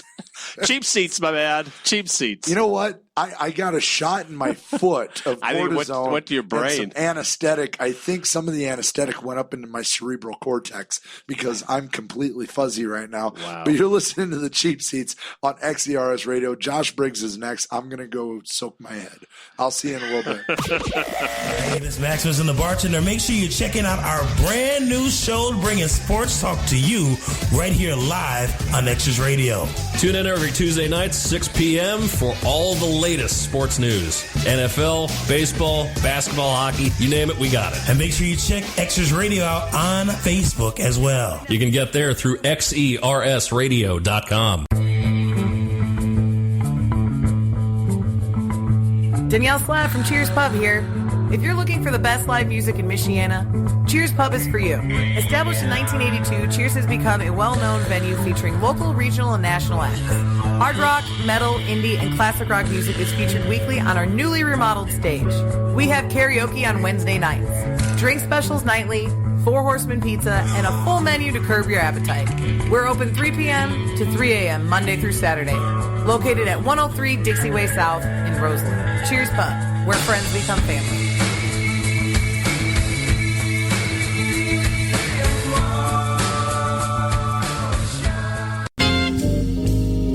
Where do you go when you're looking for great food, a cold drink, and some of the best local live music? I go to the Phoenix, located on the corner of Lincoln Way and Main Street in historic downtown Mishawaka. Thursday nights, it's open jam with $2 well drinks. Friday and Saturdays, there's always live music with no cover charge. Great food, cheap drinks, excellent service. The place to be is the Phoenix. Hey ladies, tired of the same old story? Getting promised all this big meat only to find out it's just the same old average helping? You need someone that can satisfy all your cravings. You know what she needs? She needs some Scoobies. Scoobies, oh yeah. Scooby's at 223 North Main Street in downtown Mishawaka can satisfy all your cravings with freshly made subs, pasta, sandwiches, and even homemade cheesecake. Cheesecake, too? I think I'm in love. And you'll be in love with the great menu that Scooby's has to offer with specialties like their very own chicken, bacon, and ranch sub. And right now, for the summertime, Michiana's best tasting Chicago dog featuring a quarter-pound all-beef hot dog. That's more than a mouthful. And if you need something to wash down all that meat, mention you heard this advertisement on XCRS Radio and get a free drink with any purchase. Ladies, you won't be disappointed with this 7-inch. That's Scooby's, downtown Mishawaka, home of the biggest 7-inch around. And we are back. You're tuned in to the Cheap Seats on XERS Radio. And it has been one heck of a show. Started a little late, so we're going to go a little long. We started at 6:30 tonight. Obviously, we're going to be here till 8:30. Got Todd Burlage sitting in with us. He's hanging out all night. Steve Detterman in the house. Of course, I'm your host, Steve Willis. And along with us for the next half, we've got the one and only, that is Josh Briggs, and he is going to hook us up. What's up, Josh? Hey, what's up, everybody? How we all doing? We are ready for a beautiful weekend, except there's no racing this weekend. I know, but you know what? As I said in my vlog earlier, don't despair. We have plenty to talk about. Absolutely. So you know what? It's all good. Fantastic. Well, we just found out during the break that Todd Burlage is a big race fan. So the two of you, Todd, of course, I think the two of you, we're just going to sit back and let you two go. Josh, I'm a NASCAR freak. I had no idea that I was sitting in on such a delightful day. Let's go back to Martinsville a little bit. I guess a little bit as planned. Hendrick didn't do as well as expected, but Denny Hamlin did. Did anything jump out at you at that race? Well, you know, Denny Hamlin, he's done very well at Martinsville previously. He actually got his 5th career victory at this track. And, you know, Denny Hamlin, to me, ever since he started his career in 2006, he's always struck me as a short track guy. So it was definitely no surprise there. But did you guys see the awesome burnout after that? That drew my attention more than anything. Oh, absolutely. Yeah, and you're right. I mean, you know, in this new format with NASCAR, a guy like Denny Hamlin needs to capitalize on a track like Martinsville and get his win and get himself into that chase. So, you know, a great opportunity secured for him. But yeah, absolutely. You know, it's been – so what's next? Where are we? Texas in a couple weeks? Yes, fellas, we are going to the Lone Star State, Dallas, Texas, at the Texas Motor Speedway for a Saturday night race. Yes, that's right, our first night race of the season, and it's going to be going down at 7:30 next Saturday night. So it's going to be a late night post-race vlog afterwards. So be ready, Facebook world. And, we'll have Fast 4 ready for you. And I think this is going to be another great stepping stone for Toyota. So look out, boys. Now, didn't Ryan Newman get into a little bit of hot car trouble here this week? Oh, yes. There's been a little case of tire gate going on this past week. Several teams were warned about messing with their tires, and apparently there's been some teams that were drilling tiny holes into their tires to regulate tire pressure, and that is a big no-no.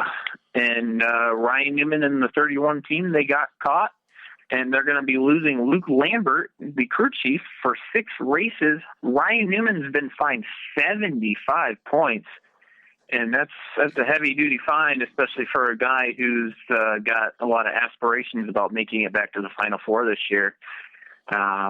So I know a lot of Ryan Newman fans from this area weren't too happy, but Richard Childress, the car owner, is going to be appealing the penalty. So until then, I guess we'll just have to wait and see. Now, go ahead. Now, looking at this from a historical aspect, is this a precedent-setting Is this like a precedent-setting punishment, or do we have a precedent already set in other instances? Have we ever run into anything like this that may have set a pace for what NASCAR did and how far they went to punish Newman and his team and his crew chief?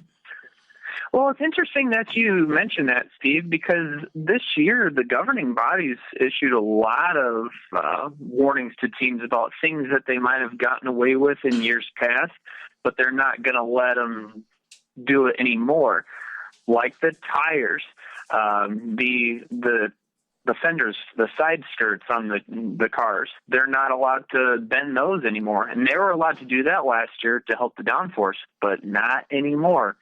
So they've been lowering the boom, and Ryan Newman's team got caught. You know what, Josh? I want to ask you about something. You know, with NASCAR sort of implementing the cameras and this and that, it's getting a little convoluted to me. It gets a little bit hard to watch the race. I mean, you know as well as I do, racing just used to be racing, and now we're watching tires and how people handle tires. I mean, just give me your general thoughts on some of the rules and the penalties and whatnots during the race, not so much after the race.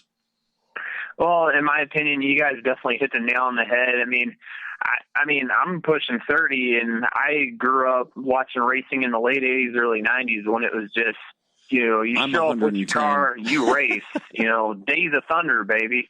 But now it's almost gotten to be more like a reality show. Agreed. And the rules have gotten to be very, I guess you could say, make them as you go. But I understand trying to promote a level playing field and make parity for all the manufacturers and teams. But, there's that fine line of going overboard and making it fair. And I think, anymore, it's going to be going overboard. So it's definitely changed. So do you think that might be the only reason why NASCAR is doing something like this? Or do you think a drop in TV ratings over the last 2 years may have a little bit of a force behind why they're trying to move into more of an interactive role by the viewer? Oh, most certainly, Steve. If you look at the past few years, the attendance numbers are obviously down. They're taking away seats at a lot of the tracks. And, viewership is down. Sponsorship dollars are down. Purse money is actually going down. So you're right, Steve. This is actually NASCAR's way of trying to sell tickets and get the people back in the stands and make it like a reality show. But honestly, I'm an old school guy, and I like the old style racing where just let them go, and if you crash, you crash, you blow up, so be it. But now, I don't know about you, but I'm not a big reality show fan. I tried getting into those, but I just can't do it. And honestly, I think that NASCAR's trying to do what, I hope that they wouldn't do and make it into a reality show. And so, I don't know. A lot of fans will differ from my opinion, but I'm an old school guy, Steve, so I think you're right. Well, you're funny, Josh, because you're in your 20s and you're an old school guy. So I totally appreciate that. I know what you're saying, and I've done numerous stories about how NASCAR really removed itself from its southeast roots and tried to expand and gave the Southern 500 to California and this and that and that and this. And I totally agree with all your points. Sometimes I don't think NASCAR can get out of its own way in many respects. And they better watch it because their superstars aren't getting any younger.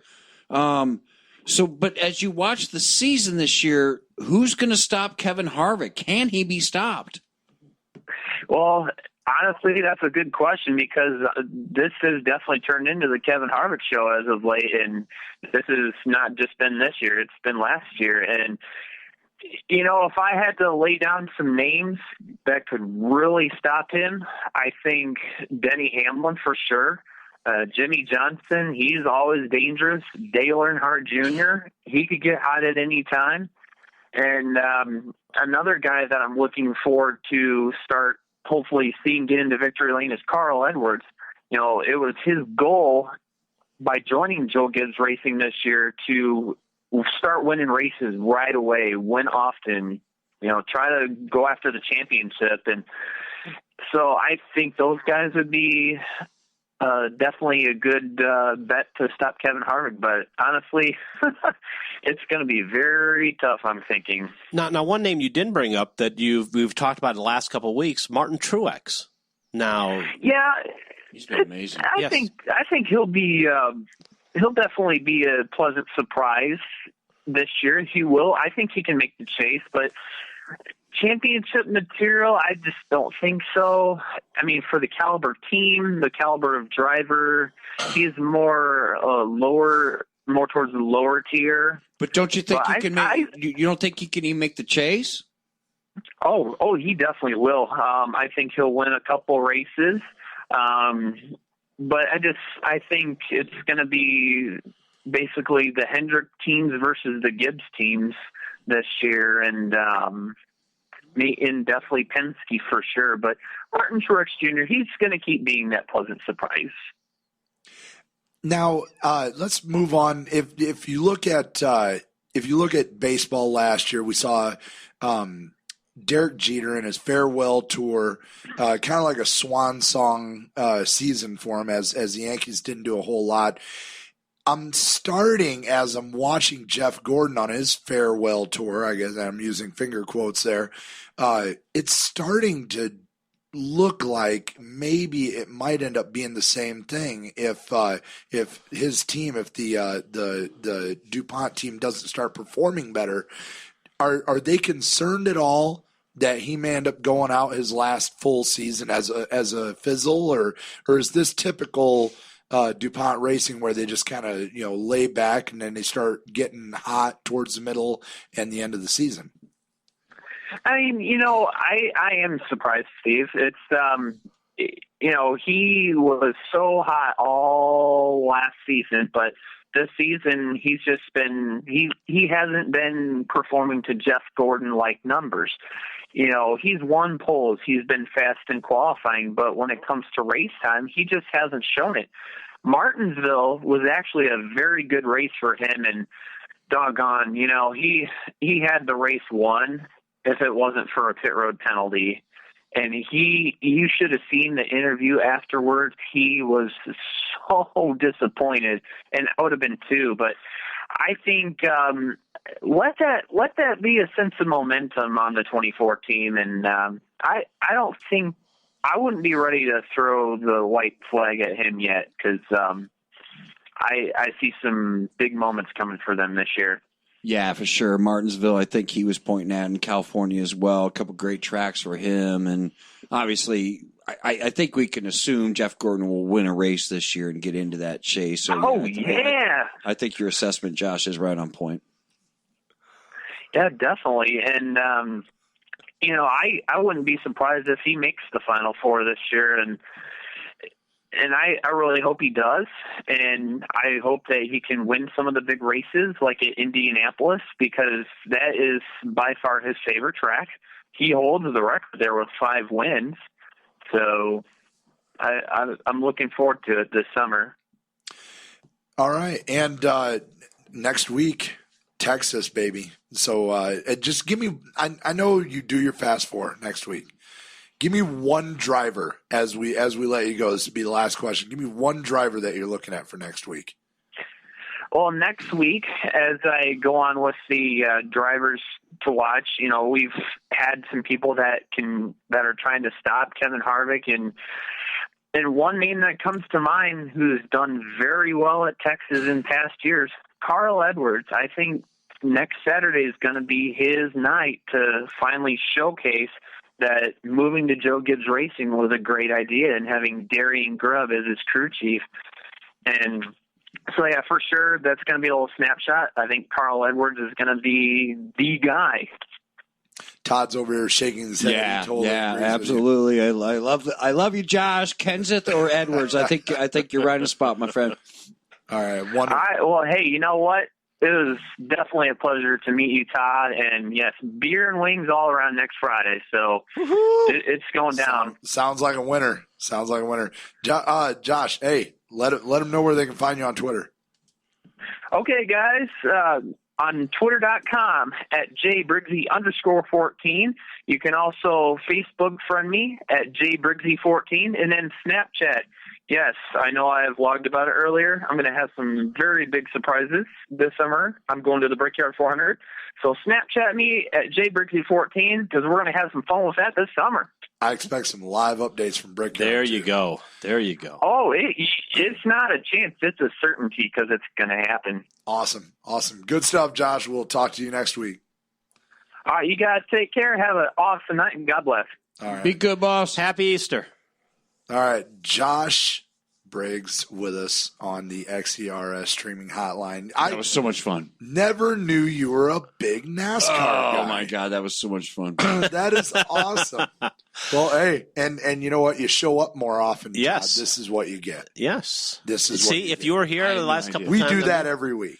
Yeah? Yes, every week. That is our fast four with Josh Briggs. Okay, so good. See, well, and that wasn't even a fast four because we didn't have the four to go. You know, we don't have those four big letters in the background. We have XERS. We don't have the one that starts with an E. I understand. Right. You're a spoiled brat for being an ESPN kid. I know. Well, here I am. But I feel you come out here, you lower yourself to hang out with us. I was and we have to bring you some enjoyment while you're absolutely, here. Absolutely. Yeah, you didn't bring any cocktails though.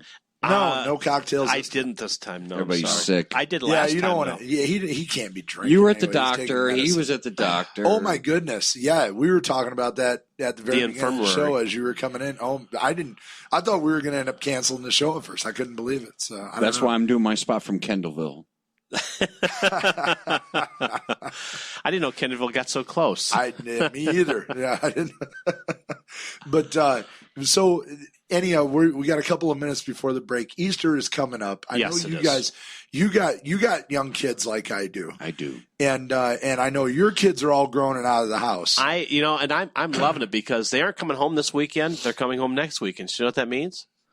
Buy the candy on Monday when it's on sale. That is right. Nice. That is right. Now I'm going to point this question to Todd because there was a great debate at my house. It is buy the pre-made Easter baskets or build them and make them yourself. Yes. Yes. Yeah, you can save. You just saved $1 trillion. And you actually get good stuff in there. Now, I'll tell you what. I'm on the other side of this. And here's why. All right. Cheap toys for $50. No. Because there's cheap labor by Mr. Steve Willis. Listen, that is. Hey, you know what? Boom! There it is. I'm done. Give me a beer. Yeah, that deserves a bell. You got it right there. Hey, no, check this out. All right, I looked at it. All right, Linda, I love her to death. She will buy way too much candy for these kids. Of course, we all do because we eat it too. I know. But at the same time, I look at buy an Easter basket, buy the stupid little plastic grass that gets all over the place and the dog eats it and poops it out 3 days later. It takes them 3 days. Usually it goes by a day. Yeah. Buy way too much candy. And then buy a couple of cheap little toys from the dollar store. You're still into it for like $15, $16. You're really not, though. No. I can go and buy one that's all pre-cellophane wrapped and everything. It's got just enough candy to give them a sugar buzz that morning, a couple of toys, and I can spend $10. Okay, here's the thing. You can go find a cheap basket. Don't get the plastic grass. Get the paper grass they make it now, and the dog doesn't poop it out. They actually digest the stuff. Right, it digests better. It's like asparagus. Yes, I mean it just kind of cleans them out a little bit better. They have little hangers. Fiber therapy for my chihuahua. But then the next thing is that you get to pick out the candy, not that the kids like, that you like. And I do that anyway. Well, I know, but when you get the prepackaged so now you're double dipping. But when you get the prepackaged one, I get a couple of prepackaged ones, and then I always buy some Peeps. Because you can't not have Peeps. Oh, who doesn't? Really? You guys don't like Peeps? I gotta go. Oh, you don't like Peeps? Are you serious? Peeps are the things that I didn't even humans know- like. Peeps do the Dude, things that humans I like. The thought that- grass does the dogs. you know? No. Peeps are awesome, and they have flavored Peeps now. I know they do. They have Do people actually eat those? Are you I serious? think they Yeah, use. absolutely. I always thought they used to just get them hard and throw them at things. Okay, You know? since we're fights. since we're three adults here, three Yes. grown men. Yes. Okay. I have a question. How in the hell does Easter? We have a rabbit and chicken eggs. Those are what we have here. I understand the religious. I grew up a Catholic. Right. Me too. Right. But how did we end up with a rabbit and chicken eggs through all this crap? I don't know. Because Cadbury doesn't sell anything else. But Is that ultimately what it's about? I mean, what No, a weird it's- combination. well, I don't know. I mean, I sort of understand we understand the eggs. We understand the eggs. I can deal with Santa Claus. I get it. I think the if flying reindeer and I stuff. think if we wanted to make 15 minutes of really boring radio, we could talk about the whole pagan thing, and that's where. Oh no, we don't want to do that. No. But I think what happens is I think it's a legitimate question. I think what happened is the egg got thrown in there, and the candy was just the Easter rabbit brought candy. Then the eggs got thrown in there more towards the religious thing. Well, where'd the rabbit come from? Where the hell did the rabbit come from? Where the hell did the reindeer come from? Have you ever been in my neighborhood? There are millions of rabbits in the springtime. Yeah, I know. Most of them are. I live on McKinley, so most of them are laying on the road. Okay, I live right Not moving very fast. Yeah, I live in Buchanan. Most of them are in the soup dots. Yeah, I live right down the road from Todd. Most of them are in the briar patch behind my house. Yeah, on their best day.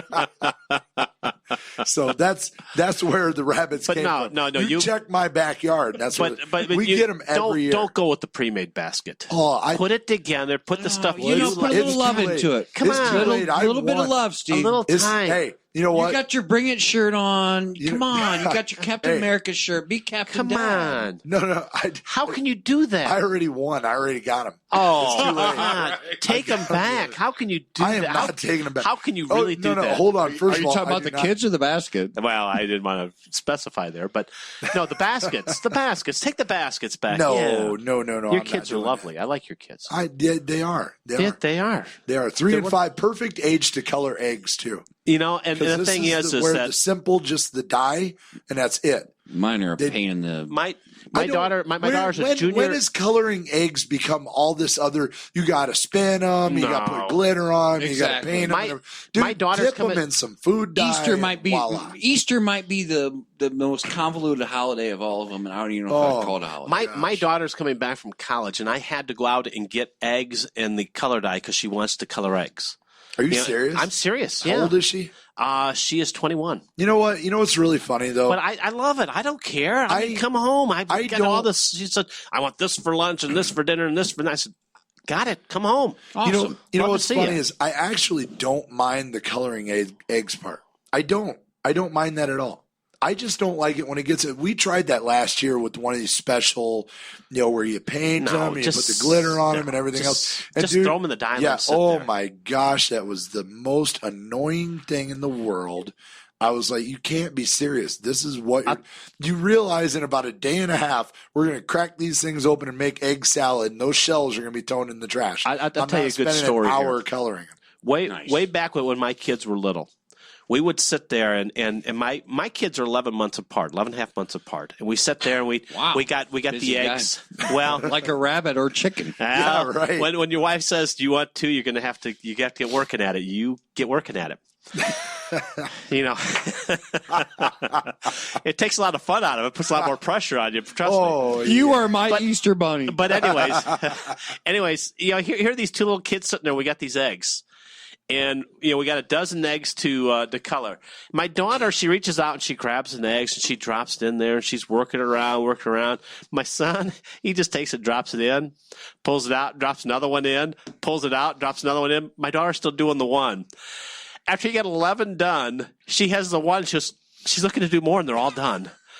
So we learned, when I got another dozen eggs so she could have that.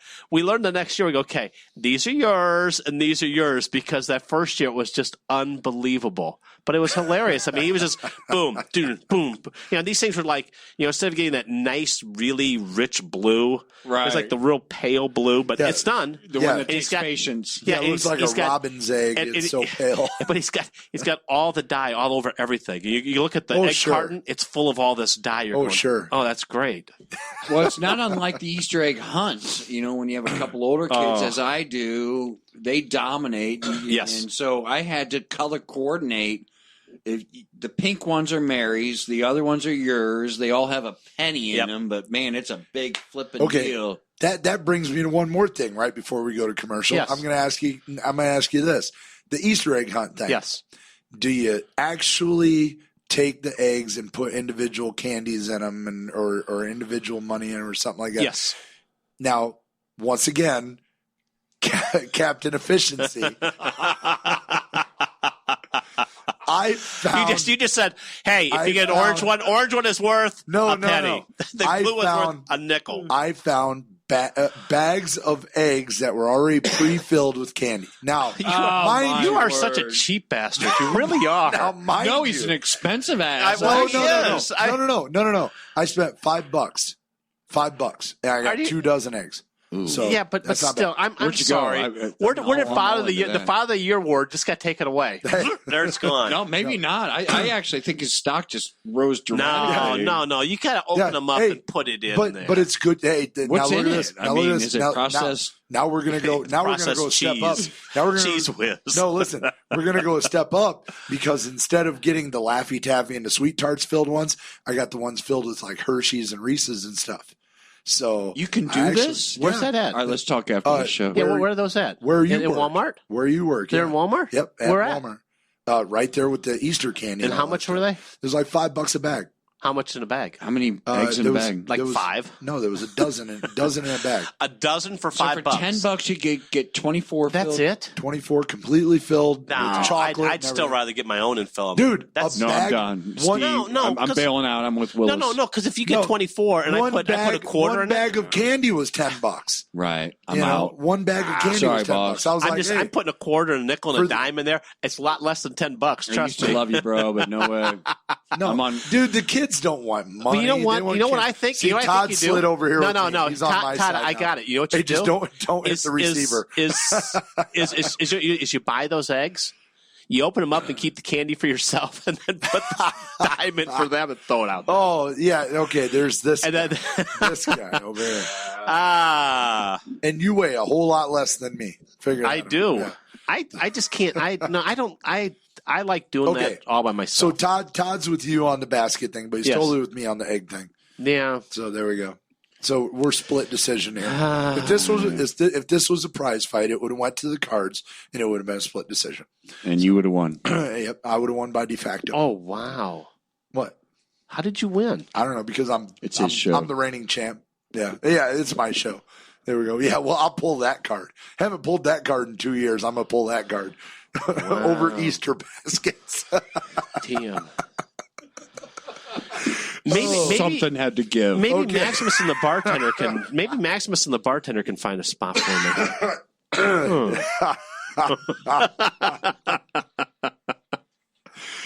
You know what? Wow. Now that we've completely derailed the show, we will. It's been worth it though. We'll be right back. It's been a lot of fun. We'll be right back with Easter eggs and bunnies right after this. You're listening to the Cheap Seats on XERS Radio. From all of the games on our big screens to the best collection of memorabilia from your favorite sports greats, Rock Sports Bar and Grill in downtown Mishawaka has you covered. Our menu features something for everyone. Amazing sandwiches and wraps, and the best burgers around, including the Rockstar Overdose, 2 half-pound patties, served with bacon, cheddar cheese, and piled high with French fries. Like us on Facebook to check out our daily food and drink specials that are sure to be great on your gut and easy on your wallet. We've got you covered between game days too. Wednesday night is trivia night where you can match wits with your buddies for great prizes. And every weekend, Rocks features great music from some of Michiana's finest artists. Come see why there's no better place to get your fan fix than Rock's Sports Bar and Grill in the Yorktown Center building in downtown Mishawaka. For those who come to Rocks, we salute you. Have you heard those two wacky guys, Chris and Ginn, on the Life is Art Also show? They share their favorite songs and their future favorites, too. They have live interviews with authors, comedians, artists, and musicians, and lots more. They also have a Word of the Week with Mad Dog Ho, the official lexicographer of Internet Radio. Tune in every Thursday, 6 p.m. on xers.com.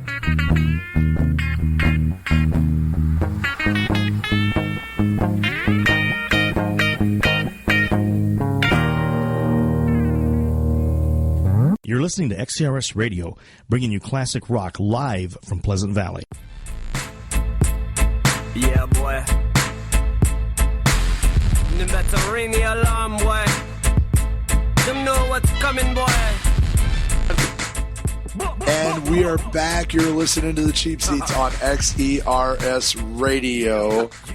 Of course, the show is brought to you by Rock Sports Bar and Grill.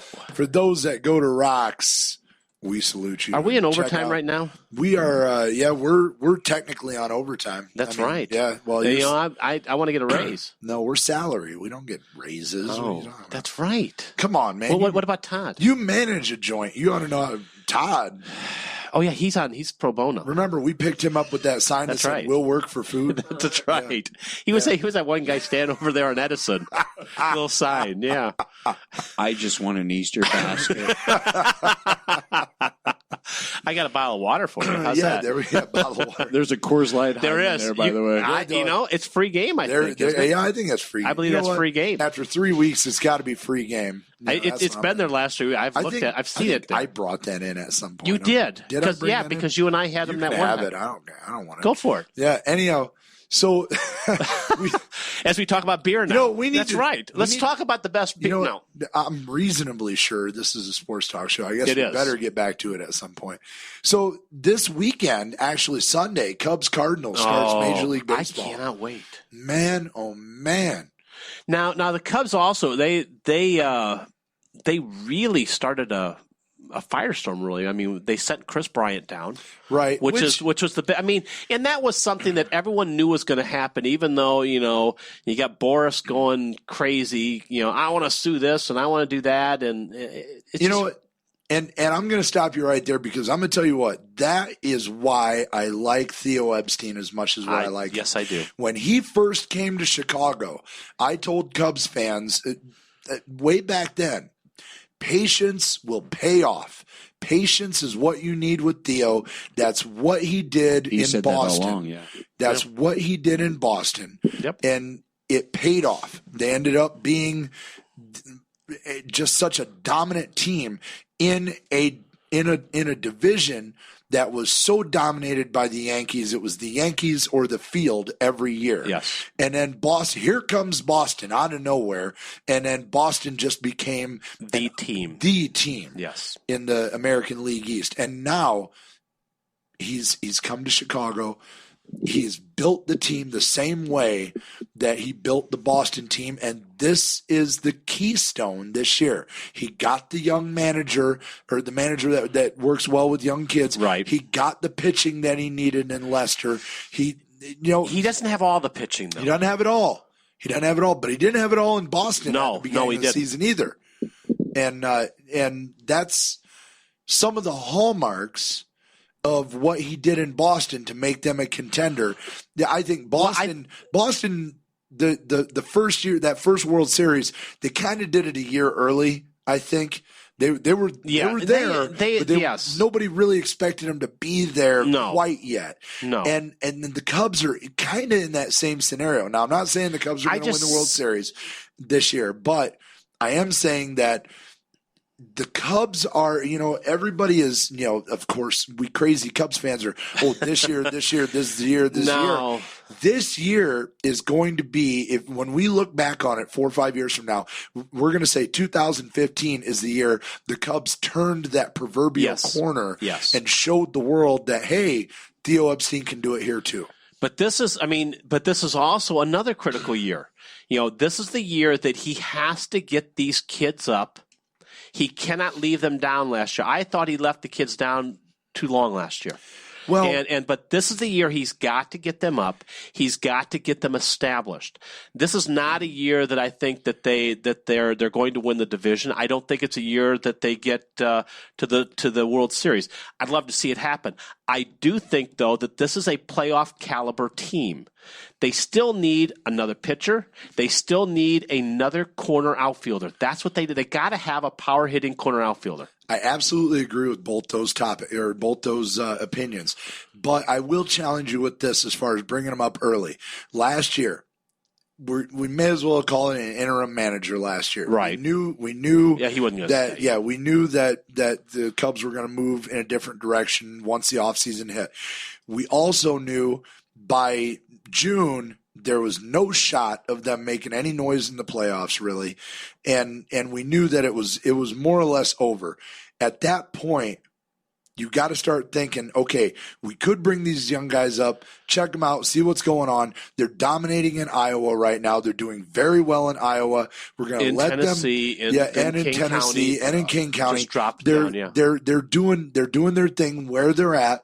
Let's go ahead and let them keep dusting their knuckles down there, getting ready to come up, and then we bring them up right at the tail end of the season, just like what they did. They started bringing them up right at the tail end of the season, just to kind of get a taste of what it's like to play baseball I agree in with Chicago you. in I September. see what you're saying. I agree, and I think that was a very good point.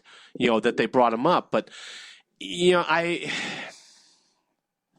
I really wanted to see a couple of those kids a little bit earlier. I think if you would have brought Baez up, I thought you might have been able to, give him a little bit more time and maybe get him a little bit more comfortable, with the major league pitching. Well, Todd's wanting to chime in on this. Go Todd, ahead. you got something? I'm not really wanting to chime in, but you guys are so well versed on this. I actually I want to ask this question to both of you as we look at this. I'm excited about the South Bend Cubs. Oh, I am too. And excited. Absolutely. I just want to get your thoughts on what you think that what that means to the Cub program in general and local. Well, one of the things I thought I was looking up, going through one of the Cubs websites, and they were showing the top 15, top 20 prospects that the Cubs had, and where they were going to be this year.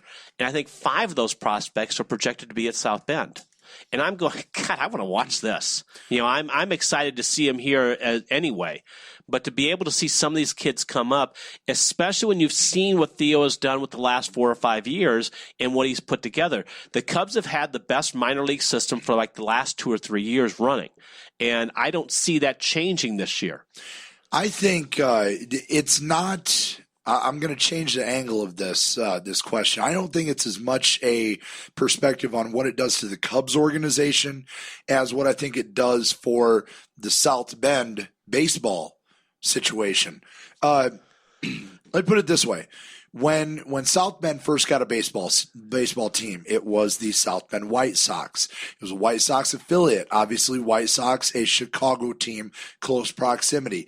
Attendance elevated. The White Sox became the Silverhawks, became a Diamondbacks affiliate or Diamondbacks minor league team. It's a long way to Arizona. It's a 3-hour flight. Not a lot of local flavor, even though we're seeing a lot of young guys that are eventually going to get to the majors. Not a lot of local flavors, not a connection. But I'm right here to South Bend, and now I think there's going to be more of a connection with the Cubs. But I will tell you this: they saw their attendance go up because in minor league baseball, it's not all of who you're affiliated with; it's what you put in the stadium. I mean, it's more of a show. Well, I mean, every in between the innings, what they have going on, what they're bringing there, what the show is for people coming in. It's cheap entertainment. It's great entertainment. Now, in this day and age, to be able to have the ability to bring the Cubs here, that just elevates it even more. And this is a win for the Cubs too, because what the owners of the South Bend Cubs have done and what they've, with all the improvements that they've done, adding the batting cages, adding more of the different things that they brought in there. They were priming this a couple years ago when they started putting in the natural grass. They wanted to get it to be as much like Wrigley Field as they could, to say, hey, we want you here. Yeah. And to have the tie between the owner and Chicago professional baseball already, right, that wasn't going to hurt either. No, absolutely. And the experience that you're going to have at the stadium being very similar to that of a Wrigley Field is really going to be the big help. But I honestly think that if you take all of the amenities that you're going to get at Four Winds Field and you put a Silverhawks team, affiliate of the Arizona Diamondbacks, and you take a Cubs team, affiliate of the Chicago Cubs, the Chicago Cubs team is going to be a better draw. Oh, yeah, it's most gotta definitely. I mean, I think the proof is in the pudding already. I mean, the apparel sales and the ticket sales and whatnot. And, this is a Cubs area. Right. Yeah. Have we not had more talk about minor league baseball in this town?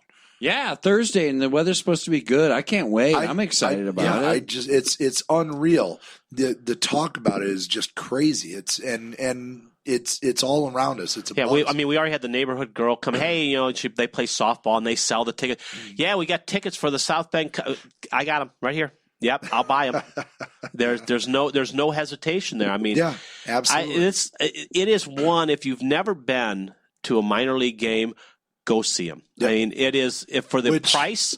It is unbelievable what you get for it. Which reminds me, if you fellow listeners out there, if you stay tuned, because throughout the baseball season, we will be getting you family 4-packs of South Bend Cubs tickets, and we will get them in here. And we're going to have to do something. I think let's have a lot of fun with that. We got the brain trust here. I think we'll get David May Jr. in here too. Oh, absolutely. David May Jr., of course, the scout of the year last year for the Toronto Blue Jays. 2 years ago now. For the Toronto Blue Jays, yeah.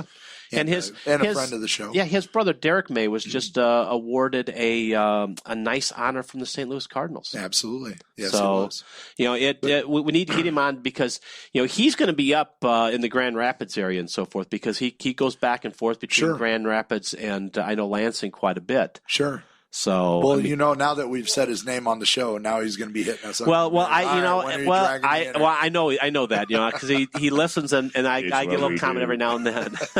So, David, we want you back on, buddy. Absolutely, and so we got the brain trust here right now. What do you think? We need to come up with some kind of a clever game or something for whoever can come up with the most words off of the letters. Andre Dawson. Most words off the letters. Andre Dawson. Or Sammy Sosa. Maybe Sammy Sosa is an easy one to do. Ryan Sandberg. Ryan Sandberg. There you go. Because, we don't want to tie in steroids or anything like that. Yeah, no. I don't know. I'm just goofing around. I don't know. We got to come up with something. Maybe we need. We got time. We got time. We do. We got time. Hey, give us an idea out there. What kind of contest would you like to see us have? Yeah, absolutely. Yeah, that sounds like a good idea. Let's do that. We'll let them do the work. Let's let the listen. Well, it'll be the listeners playing the game.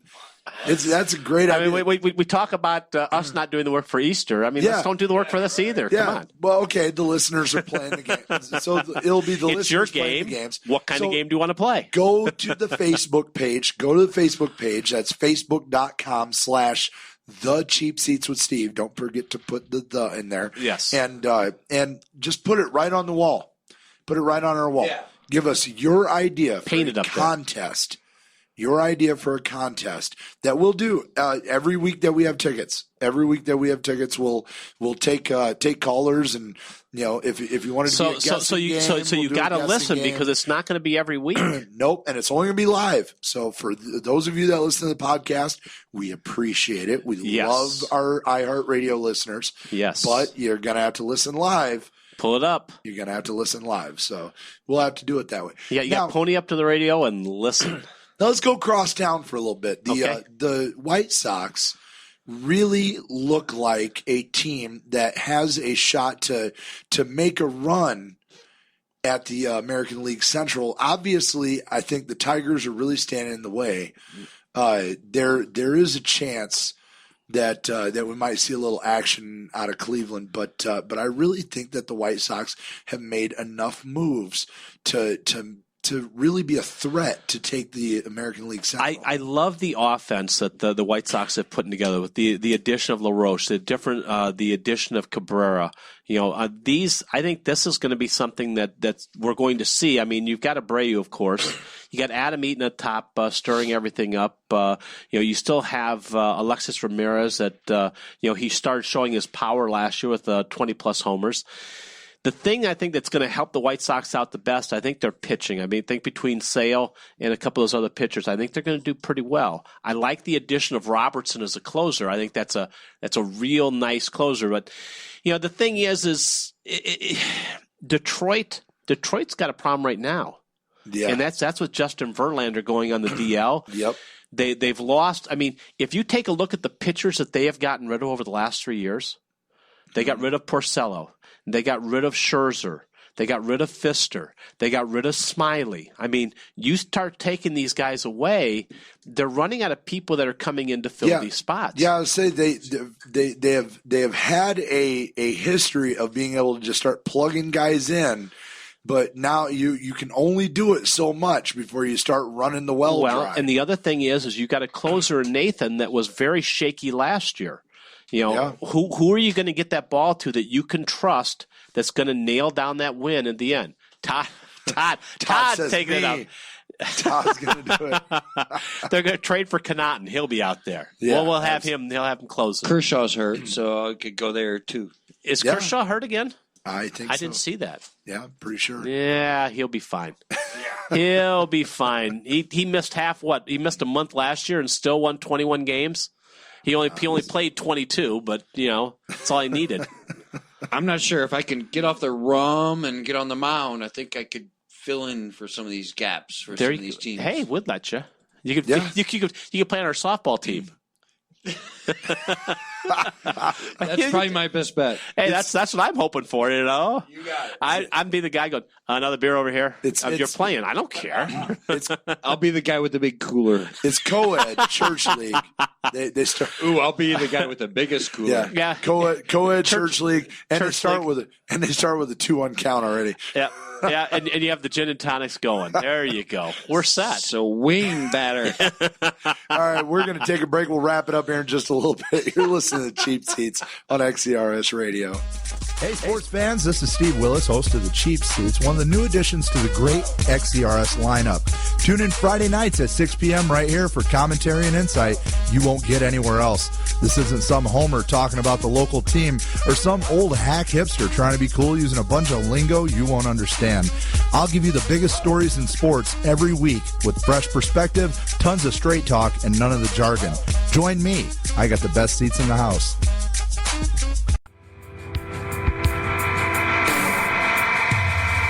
Option 5, located in Mishawaka, Indiana, specializes in hand-built boutique guitar effects pedals.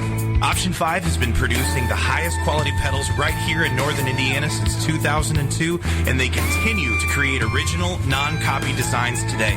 Option 5 is not simply tweaking popular pedals and then slapping their name on them. They're producing groundbreaking effects designed for guitarists of all styles. And Option 5 doesn't just build cool pedals. They provide top-notch repair service as well. Option 5 repairs pedals and PA equipment, can modify and retube amplifiers, and service or repair Hammond organs and Leslie speakers. If you're looking for the highest quality effects pedals and the best in repair and customer service, check out Option 5 in Mishawaka at 1126 East Jefferson.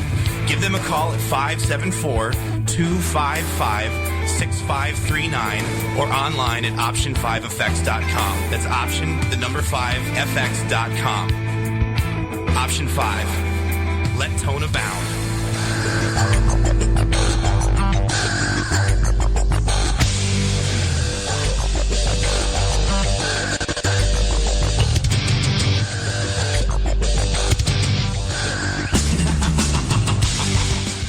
And we are back. We're wrapping it up here. A little bit of overtime going on. That's tonight. okay. That's okay. We started late.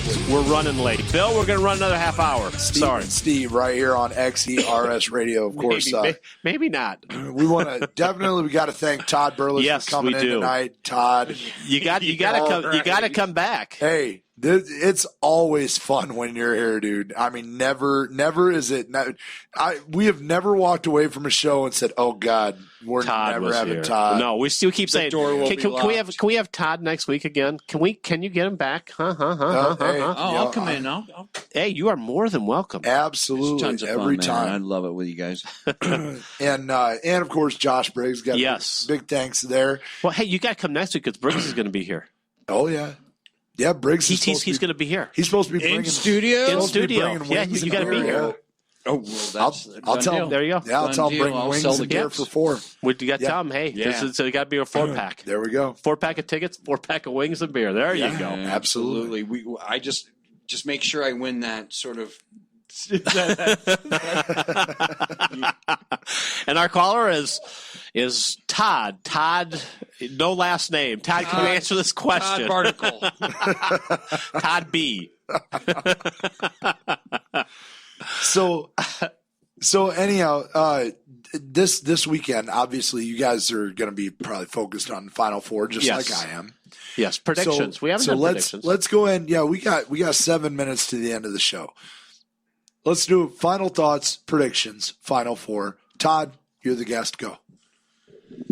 You know what? I have actually made a fairly. I've done well during the ACC tournaments, the conference tournaments, and whatnot on my little side job. I don't want to call it a side job, but my side sort of hobby.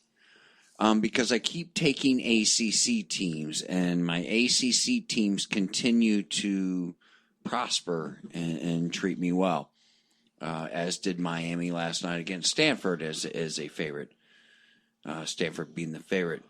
So I'm going to go with my heart here or in my wallet, and I'm going to say that Duke takes care of business as a 5-point favorite over Michigan State. I just feel like Duke is the better team. I like the way they're playing. And I honestly, and we talked about it a little bit earlier, guys, I think Duke has been a little bit undervalued this year. I think it's a really good basketball team. I think it's balanced, and they have the best player in the country in the middle of the pack there. So I like Duke to cover the 5 and take care of business. On the other side of the coin, and Steve and I, we've argued about this entire show. I think Kentucky, because it had its tough matchup with Notre Dame, absolutely flexes its muscle and gets the job done tomorrow. And I think they take care of Wisconsin rather easily. How about championship now? Because we aren't going to be on until after that's gone. So you got Kentucky Duke. I Kentucky will slide by in a great game. I've got to go with my bracket. I'm looking right now. I had 3 out of 4 picked down to the Final Four. I still think Wisconsin will take Kentucky. I think it's going to be a good game. I think Wisconsin's inside strength. I think just the physicalness that they bring to it, the ability to hit the outside shot when they need to, I think that's going to be enough to get them past Kentucky and into the championship game. Other side, I agree with you. I think Duke is by far in that side. I thought Duke had the easiest way to get to the Final Four. So did I. I mean, I thought they had the easiest road to get there. Kentucky having to face Notre Dame to get just to the Final Four was probably one of the toughest games there. Right. But I see Duke getting there, and in the final, I see Wisconsin taking it. I really like the Badgers. Yeah, they definitely gave Duke the red carpet treatment. Yes. All right, and yeah, I really do think that Duke did get the red carpet treatment all the way up to the Final Four. I think the big long shot, the big upset, Michigan State, nobody really, at least at this table, nobody had them getting into the Final Four for sure. Me either. I thought they were an Elite Eight team. In the bracket they were in a very promising bracket for a Michigan State, a Tom Izzo team, where your biggest threat really was Villanova, which proved to be not much of a threat against NC State. So, that being the case, I would say Michigan State's run ends here, and Duke will top Michigan State. I think they'll put up a good fight. I think that 5-point spread might be a little bit big. It may get right on that 5-point game. I think they'll put up one heck of a fight. The other side, Wisconsin is a lot more physical and a lot bigger in the middle than what Notre Dame is. They're going to play a different style of game, and once again, they're going to come out and they're going to play Big Ten basketball, which means they're going to be big and physical. They're going to hit you in the mouth. Now, the one caveat to that is Kentucky is really good at playing the referees to draw a foul. And if that's the case, we could really be looking at Wisconsin getting into foul trouble early. And if they get into foul trouble early, as we get a selfie taken here, if they get into foul trouble early, then it's going to be Kentucky's game to win. And that said, I think we're looking at Kentucky and Duke in the national championship. And Kentucky Duke in the national championship is going to be – that's everyone's dream. That is going to be a great – that would be a great game. And I think at that point there will be so much emotion. There will be so much going on. Okafor is so very good. Duke has such good guards. It may just be the formula. I am going to call for the grand upset, Duke over Kentucky in the national championship game. So I got Duke, Kentucky going to the national championship. Duke with the big upset. We're gonna have a court length toss. Christian Laettner turn around at the free throw line and nail it. No. I mean that's exactly the last time. It's hard not to ignore that, right? Yeah. If we did have something like that, it really would be. You know how Okafor all the way down to Okafor, turn it and shoot it up at the free throw line. You know how ESPN used to run those instant classics. Yes. It would be. Well, I was surprised that the Kentucky Notre Dame game wasn't an instant classic because that wasn't a hell of a game. They still did that anymore. They do. I couldn't have watched it. No, I promise you. No. But I mean, it was a hell of a game. We got about 2 minutes. Go around the table. Favorite Final Four moment this year? Go. Or favorite NCAA tournament moment this year? My favorite NCAA tournament moment was probably, I guess I don't have a single moment because I cover Notre Dame and whatnot. Perhaps Pat Connaughton blocking the Butler dude shot in the corner. I mean, I can't take any away from the Kentucky game. So, that was probably my favorite. Great moment. Steve? A couple. I love the run of Notre Dame. That was, to me, for them to get to the Elite Eight, which they haven't been there in, 40 years. To do that was just amazing. But I think to watch some of these smaller teams, watch Wichita State do it again, and, watch some just seeing the little team come up and actually play a big role in this tournament again. My favorite was you mentioned Wichita State. That is my favorite. Wichita State giving it to Kansas and telling them, hey, boys, you ain't got to worry about just playing K-State. Sometimes you might want to put us on the schedule because we take that stuff kind of personal around here. I'm so into you. We are in Kansas, aren't we? So Shaka Smart goes to Texas. Yes, he is. He's leaving VCU. I think that is a great move for Texas. Great move for Shaka Smart. Virginia Commonwealth loses one heck of a head coach, but he left a great legacy. And Wichita State also nailed down their coach for another 3 or 4 years. Yeah, Mike Bray was mentioned for that Texas job, by the way. I know we're running out of time, but obviously Shaka Smart got it. No, that's fine. You need to get Bray on the show now. We need to get you. Well, let's let him get back from Florida. Oh yeah. No. I'll get him on here. We're gonna do that. We got to do that 1 week. Anyhow, next week, Wings, Beer, Josh Briggs. You coming? That sounds like a big time trifecta. We're doing that. But you got to be here too next week. All right. Yes. Okay. All right, for Todd, for Steve, this is Willis. You guys have a great week. Have a good night.